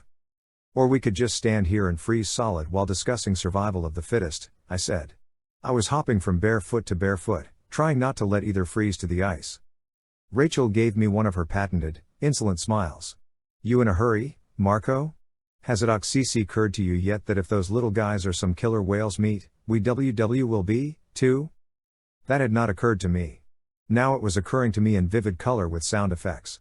That's a happy thought, Rachel. Always here for you, Marco, she said. But already Rachel was changing. I focused my cold-addled brain on the new image of the seal. And then, slowly at first, I began to morph. My arms began to shrink. Smaller, smaller. Weird doll-sized replicas of arms that shrank till they were no more than 3 inches long. My fingers shrunk, too, but from the tips grew long, ice-gripping claws. The fingers melted together, then instantly separated again, drawing a thin web of flesh between. My legs were almost disappearing. I knew I was going to fall, but it still surprised me when I suddenly just plopped over, face first, onto ice. My feet shrank and narrowed and transformed themselves into the seal's flippers. All the while my torso was growing smaller and yet chubbier. Blubber bubbled up beneath my skin. It was a little like that movie with Eddie Murphy, The Nutty Professor. Like that, only on a smaller scale. I heard squishy sounds as my internal organs twisted around to fit my new body. My bones cracked and groaned, reshaping themselves to form my new skeleton. I was now an overinflated football with flippers. On my still human face I grew long whiskers. My ears shriveled up and into my skull, leaving just a pair of holes. My head was no bigger than a baseball, while my nose stretched itself out until it was shaped like a puppy's. I looked out at the frozen world through large, dark eyes and discovered that they saw about as well as my human ones. Finally, short, thick fur sprouted all over my body, rippling across my chest and down my back like I was a chia pet. And then. Oh! The joy! The blessing! The fabulous, incredible, sensuous sensation. The most wonderful thing I have ever felt from the day of my birth to that very moment. Warmth. I was warm. Warm. If the heavens had opened and a giant hand had come down out of the clouds, giving me $1 billion, my pick from the entire cast of Baywatch, past and present, and allowing me to grow 2 feet taller while magically acquiring all of Michael Jordan's skill with a basketball, I could not have been happier. I was warm. Cold? What cold? There was no cold. I was on the beach at Malibu, sipping lemonade and talking trash with Tom Cruise. I felt other things, of course. The seal's instincts were all there, an urge to run, an urge to chase fish, yada yada, but come on, I was warm. My whiskers were amazingly sensitive. They felt even the slightest change in wind, the slightest movement from anyone else in our group. And part of me was still sniffing for my mother, but I, Marco, was the one in control. And I, Marco, was warm. Did I mention I was warm? And happy? For about 3 seconds. The Vinber. Tobias yelled, blowing my happy mood away. Where? Jake snapped. Seu. A huge bolt of blistering light hit the ice not a foot away. If it had hit rock, we'd have been blown apart in the shrapnel explosion. But it hit a patch of perfectly smooth ice. Schwang. Ricochet. The Drakon cannon blast hit at a low angle, hit reflective ice, bounced, and blew a hole in the side of the ridge behind us. It was a 1 in a million shot. We decided not to try for 2. Run. Dive. Now. Jake yelled. Run. Yeah, right, no problem. I spun my ball-shaped body. We were only a few feet from the water, but it seemed like a mile with these weird little legs.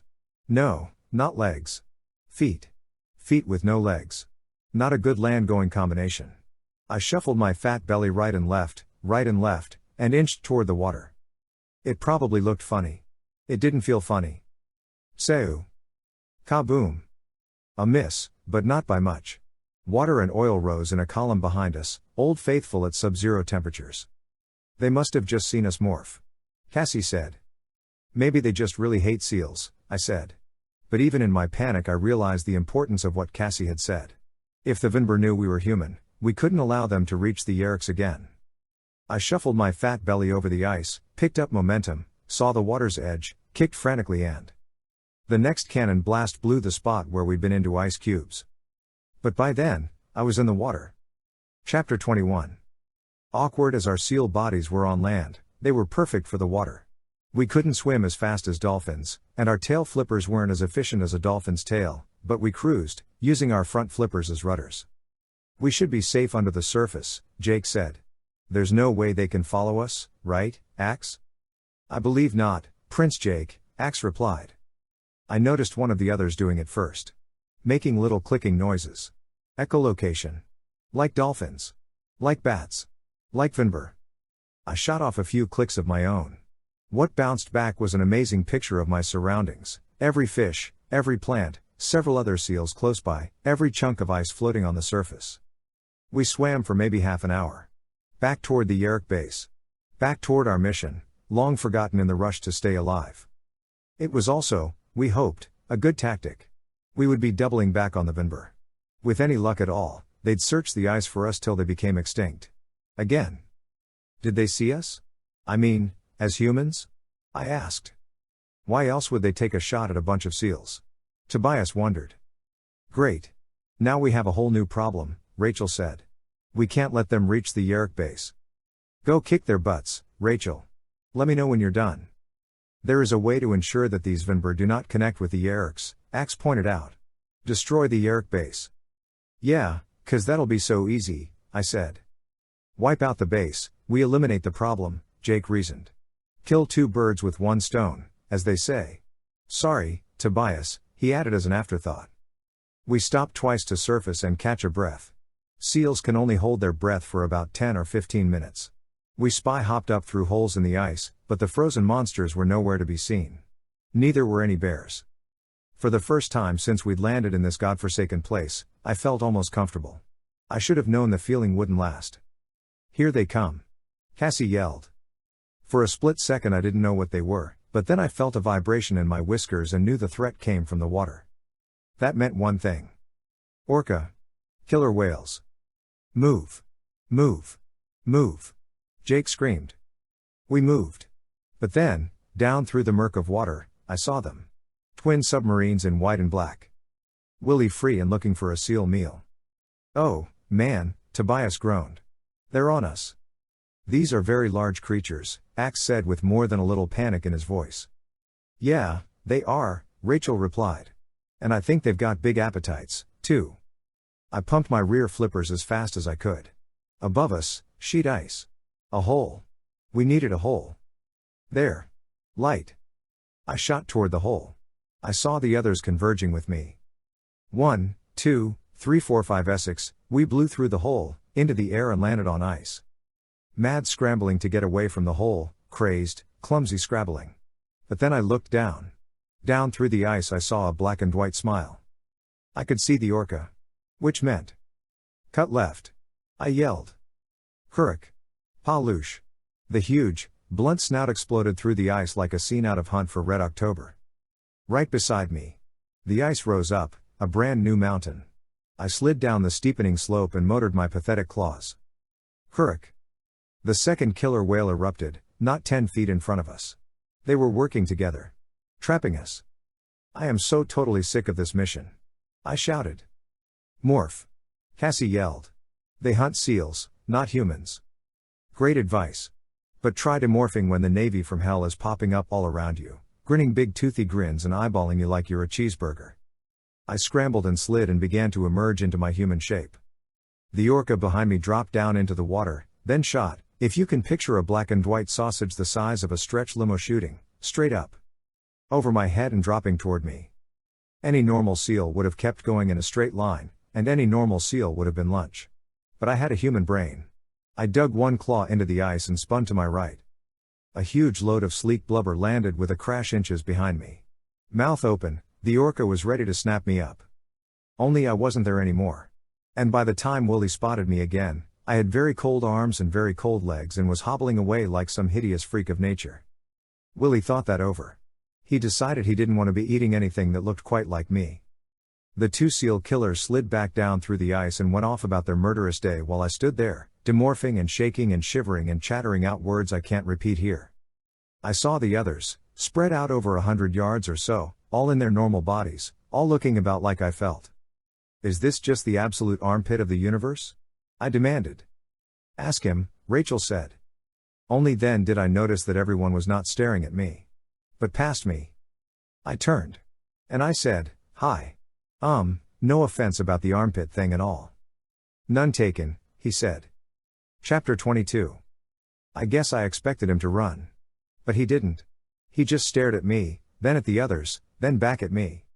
He was sitting in a beat-up little fishing boat with a small outboard motor. It suddenly occurred to me that he'd probably scared the killer whales off with his engine. I kept looking at him. He kept looking at me. I didn't know what to do. Or what to say. So I waved and said, hi. How's it going? He didn't say anything for a minute. Just stared. Finally he said, you some kind of spirit or something? I put my frozen hand on my frozen chest. A spirit? What makes you say that? I made a lame attempt at laughter. He grabbed his oar and paddled closer. He had a large, round face, with slightly slanted black eyes and skin like well-worn boot leather. Inuit, I guessed, what with this being the frozen north. In any case, I was pretty sure he wasn't French. He was wearing a weird combination of clothes. Pants made of fur, mittens made of some other kind of fur, and a shabby, big, blue parka that could have come from Eddie Bauer's. You look cold, he said when his boat had touched the edge of the ice. I didn't think animal spirits got cold. You want a blanket? He held up a huge piece of fur, dark gray and silver with light gray rings. The same kind of fur I'd been in just 2 minutes ago. I took it and wrapped it around myself and under my feet while he drove a spike into the ice's edge, anchoring his boat. How about your friends? He asked. They animal spirits, too? I guess so. He eyed me with more curiosity than fear. More interest than skepticism. He wasn't much older than I was. It seemed weird that a kid so young would be out all by himself in the middle of nowhere. Of course, I wasn't one to be calling anyone else weird. My grandfather used to talk about animal spirits all the time. I just thought he was crazy. He spun his finger around his ear in that universal gesture of insanity. But I always told him, yeah, that's right, Grandpa. Aha, I said, covering my ears from the freezing wind. I mean, you never can tell, can you? He stared some more. Tell your friends I have more pelts. He has pelts, I yelled a little too loudly. How about if you guys all come on over and have some nice, warm pelts? Not that I was worried. Not that I needed company. The others came closer. The guy began handing up sealskins out of his boat. They were piled high. But a number of them looked as if they'd been burned. Scorch marks parted the fur. Are you an eagle? He asked Tobias, peering curiously at him. A hawk, actually. A redtail. We're a very common species. Not around here. The birds around here don't talk. Then he focused intensely on Ax. What are you? I could almost hear everyone sigh in relief. If this guy was a controller, he would, A, know an Andalite when he saw one and, B, stay far, far away. I'm an Andalite. You a common species, too? A joke. I decided to like the guy. Besides, anyone who could be this laid back about running into our little freak show had to be all right. That's a lot of sealskins, Cassie said, huddling within one herself. Yeah. A lot. Not so good, though. All those burned ones, barely worth hauling to the trading post. And anyway, they'll come off my quota. Bad. How did they get burned? Cassie asked, already knowing the answer as well as I did. Those crazy Star Trek men. Shooting seals with phasers and all. Like those people are using them for target practice or something. They show no respect. Makes me mad. Star Trek guys? I said. Yeah, he replied. Then, oh, I guess you animal spirits don't watch TV, huh? You need to get a satellite dish, spirit boy. The name's Marco. That's Jake, Rachel, Cassie, Tobias, he's the one with the wings and Ax. Ax isn't from around here. Hi. I'm Derek. Derek? I don't know what I expected to hear, but it wasn't Derek. Are you all alone out here? Cassie asked. Yeah. How far away is your home? Tobias asked. Oh, a ways. He cocked his head toward the west. The kid was talking to a bird. But he didn't even flinch. Couple of days. A couple of days? Jake said. Sure. I go on hunts every year, he said. Since I was a kid. And you hunt seals? Cassie asked, her voice level. Yeah. Derek cocked his head. You don't like hunting?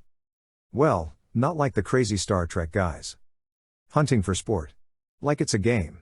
Yeah, we get guys come up here for that. Up from New York and Detroit. Shoot bears and caribou from helicopters. No respect for nothing, those guys. Those guys at the station, though, they're the worst. They're just crazy for killing. He cocked his head. That must make you animal spirits mad. We never exactly said we were spirits, Jake said. No? So what are you, then? He asked. Aliens? He's an alien, I said, pointing at Ax. The rest of us are just idiots. The guy smiled. His expression hardened. He didn't like not getting answers. You have something to do with that station they're building? With those big ice creatures? With the spaceships? I shot a look at Jake. He shrugged. Yeah, we have something to do with them, I said. Yeah? He answered. Well, I don't like them. What are they doing up there, anyway? They aren't any of those ecology people come up here sometimes. They aren't hunters, either. They're making a mess in the water. Scaring away everything with their noise and their weird guns. Who are they? Who are you? I guess you could say they're the bad guys, Jake said. And we're the good guys. We came here to destroy that station. Sounds good to me, Derek replied. Like it was no big deal. Like we'd just suggested a visit to the local 7-Eleven. I hope you do. I worry Nanook's gonna stick his big nose around there and end up getting it shot off or something. Nanook? Jake said. Who's Nanook? Nanook's my friend.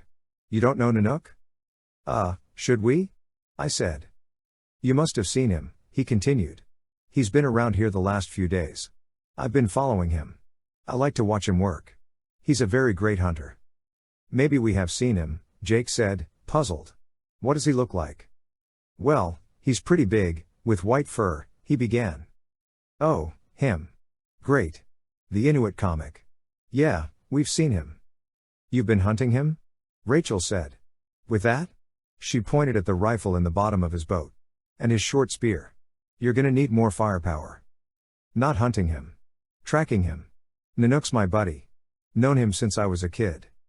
Well, here's a really insane question, I said brightly. Do you think we could pet him? Chapter 23. We didn't have to go far to find Derek's friend Nanook. We morphed back to seals, followed Derek's boat, and found the polar bear sprawled on the ice on his back, lounging in the sun. Like he was at the beach. Frankly, it annoyed me. How could any creature enjoy this place? We crawled up onto the ice a few hundred yards away from the bear and demorphed to human. I wish I could do that, Derek said, watching with interest as human faces appeared on seal bodies. We'd been careful to stay downwind of the bear. We'd been chased enough. The plan was simple. The kind of plan we come up with when we just can't think of anything smart or subtle. So you're gonna just go grab old Nanook? Derek asked skeptically. Yeah. Why? Something strange about that? Something totally, absolutely insane about that? I asked. That is sarcasm, Ax helpfully explained to the Inuit. Yeah, Derek said. I thought maybe it was. I looked at Rachel. She and I had the fun part of this plan. She grinned her Xena grin. Okay, Marco, yes, even I think this is insane. She was already morphing. Growing huge-shouldered, with rail-spike claws and shaggy brown fur. I was morphing, too. Back to gorilla. The only other morph we had that could help with this particular plan. Together our little gaggle advanced on the polar bear. A grizzly, a gorilla, a bird, an alien, and 2 humans wrapped in seal pelts. Derek stayed behind. He didn't offer any explanation. None needed, he was sane. When you're the only sane one at the lunatic picnic, you don't have to explain. The polar bear abruptly rolled over. He's noticed you, Derek called out from his safe distance. Jake, Cassie, Ax, and Tobias all hung back. Rachel and I kept going forward. This whole thing would be killer on pay-per-view, I said. Extreme fighting, 2 bears and King Kong. I go straight at him. You grab him from behind. Yep. Ready? Nope. Go. Rachel yelled, and we were off at a slipping, sliding, panicked, pants wetting if I'd had pants run. Bear to bear. The polar bear didn't even flinch. Rachel dropped to all fours and slammed into the other bear's shoulder. Brown on white. Woomph. Haru-ow-war. Haru-ow-war. Raking claws. Snapping jaws. The two bears were up on their hind legs now, swinging away like a pair of super heavyweights. Rachel was not winning. She wasn't losing, but she was also not winning. She shoved. The polar bear shoved back. Rachel landed on her back. It was a shocking sight. I hadn't thought there was anything strong enough to knock a grizzly down. I saw a spray of blood across the polar bear's white chest. Rachel's blood.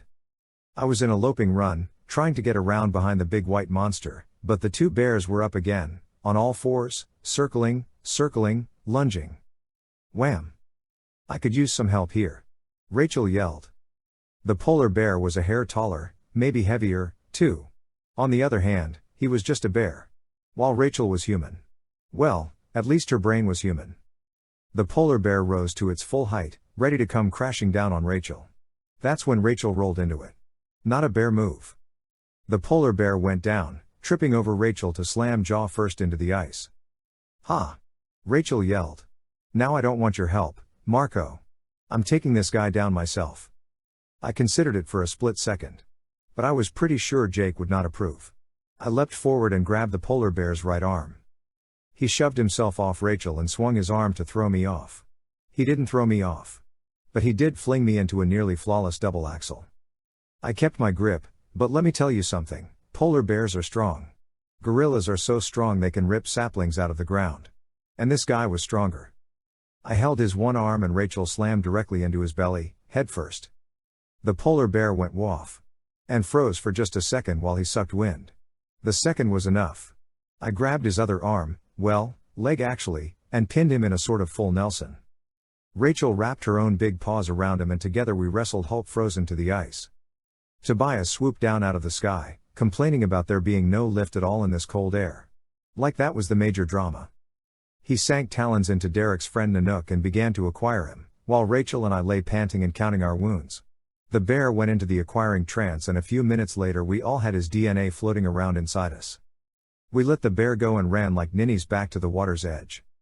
That was cool, Derek said. This will make a great story for me to tell. No one will believe it, but it will be a great story.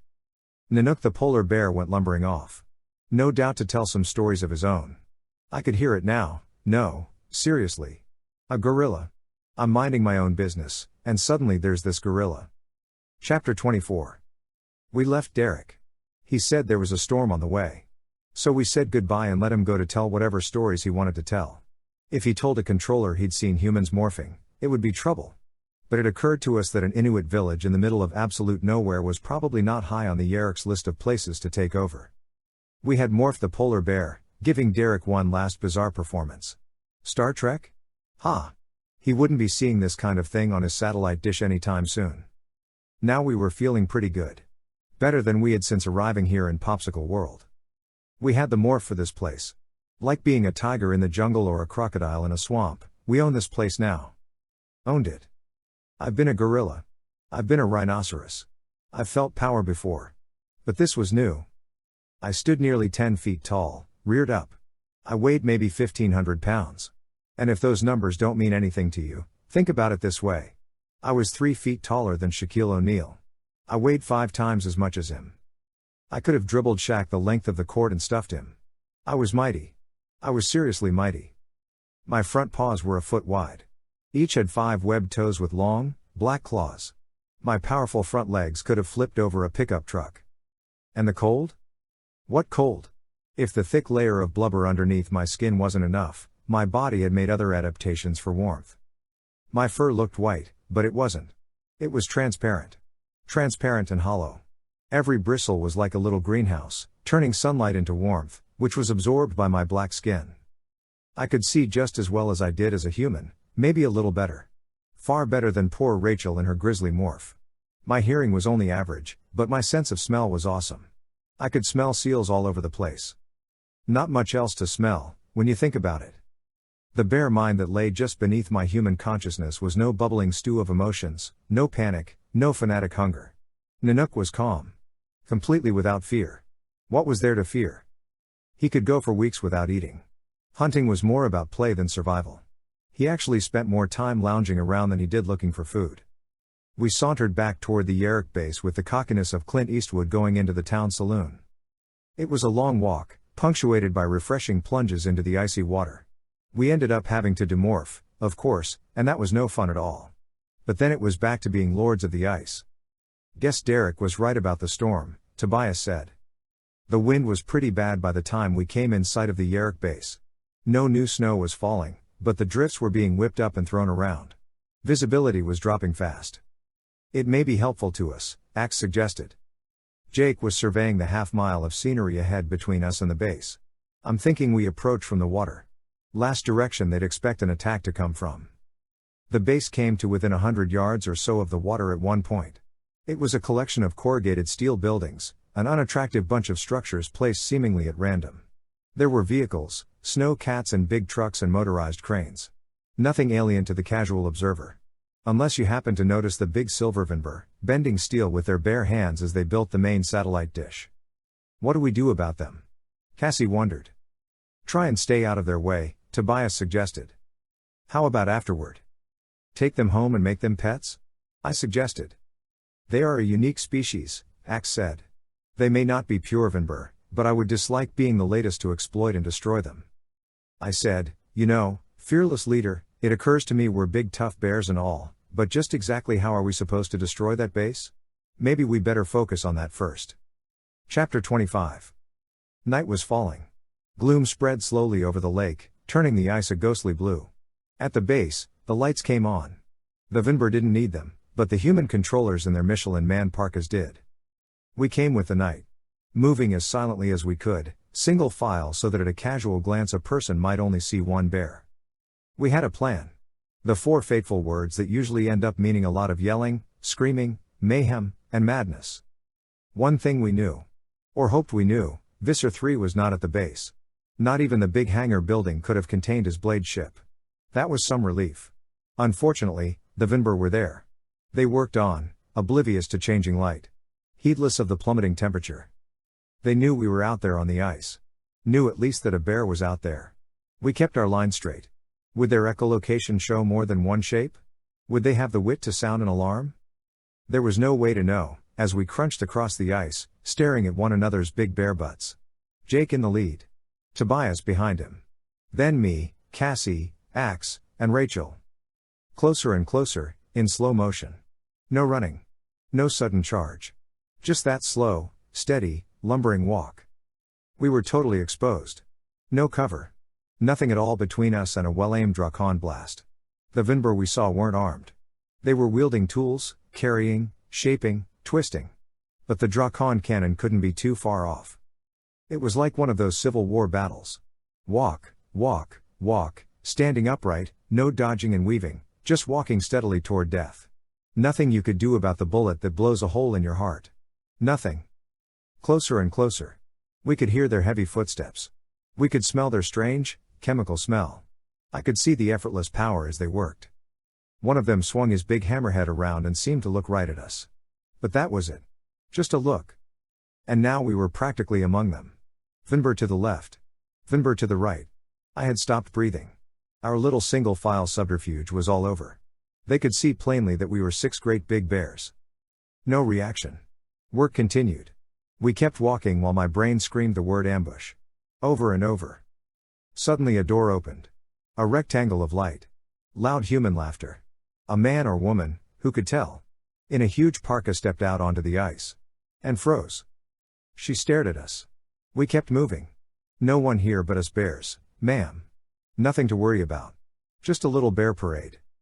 Alarm. She screamed. Definitely a she. Alarm. Alarm. The hangar. Jake ordered. Go for the hangar.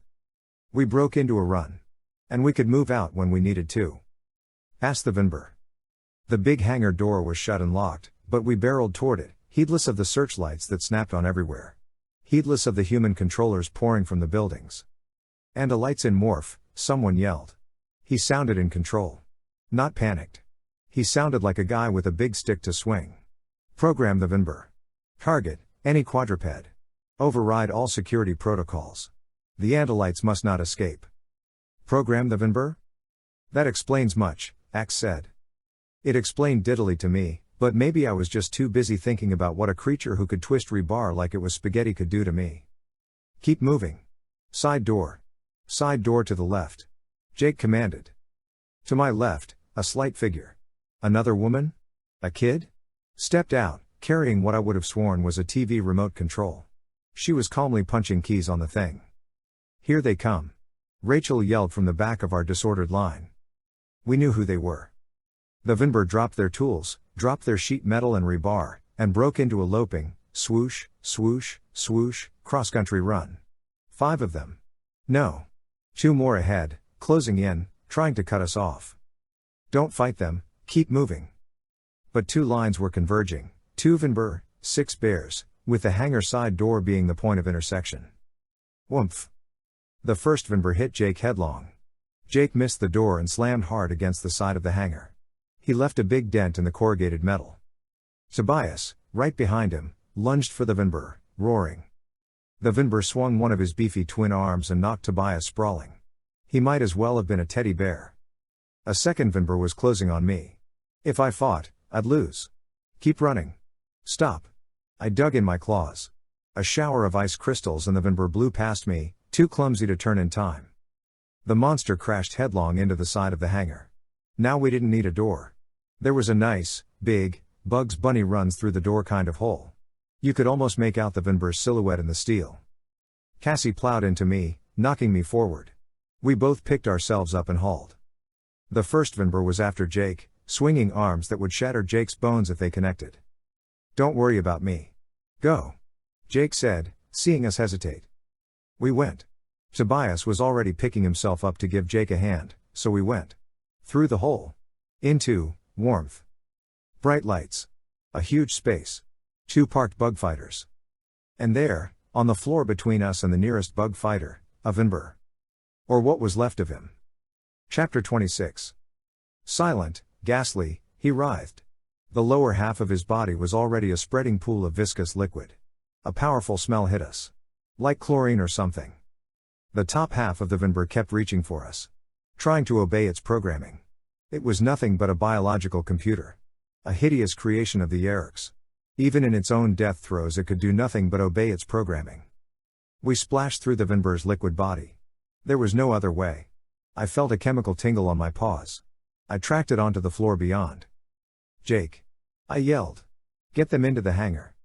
Human controllers now, rushing around from behind the bug fighter. Dracon beams in their hands, but they were too slow. Or. Rachel and Ax roared and plowed into them. The human controllers went down like bowling pins. Jake and Tobias came up behind, still running, bloodied, their white fur ripped away in chunks. 2 big Vinber were after them.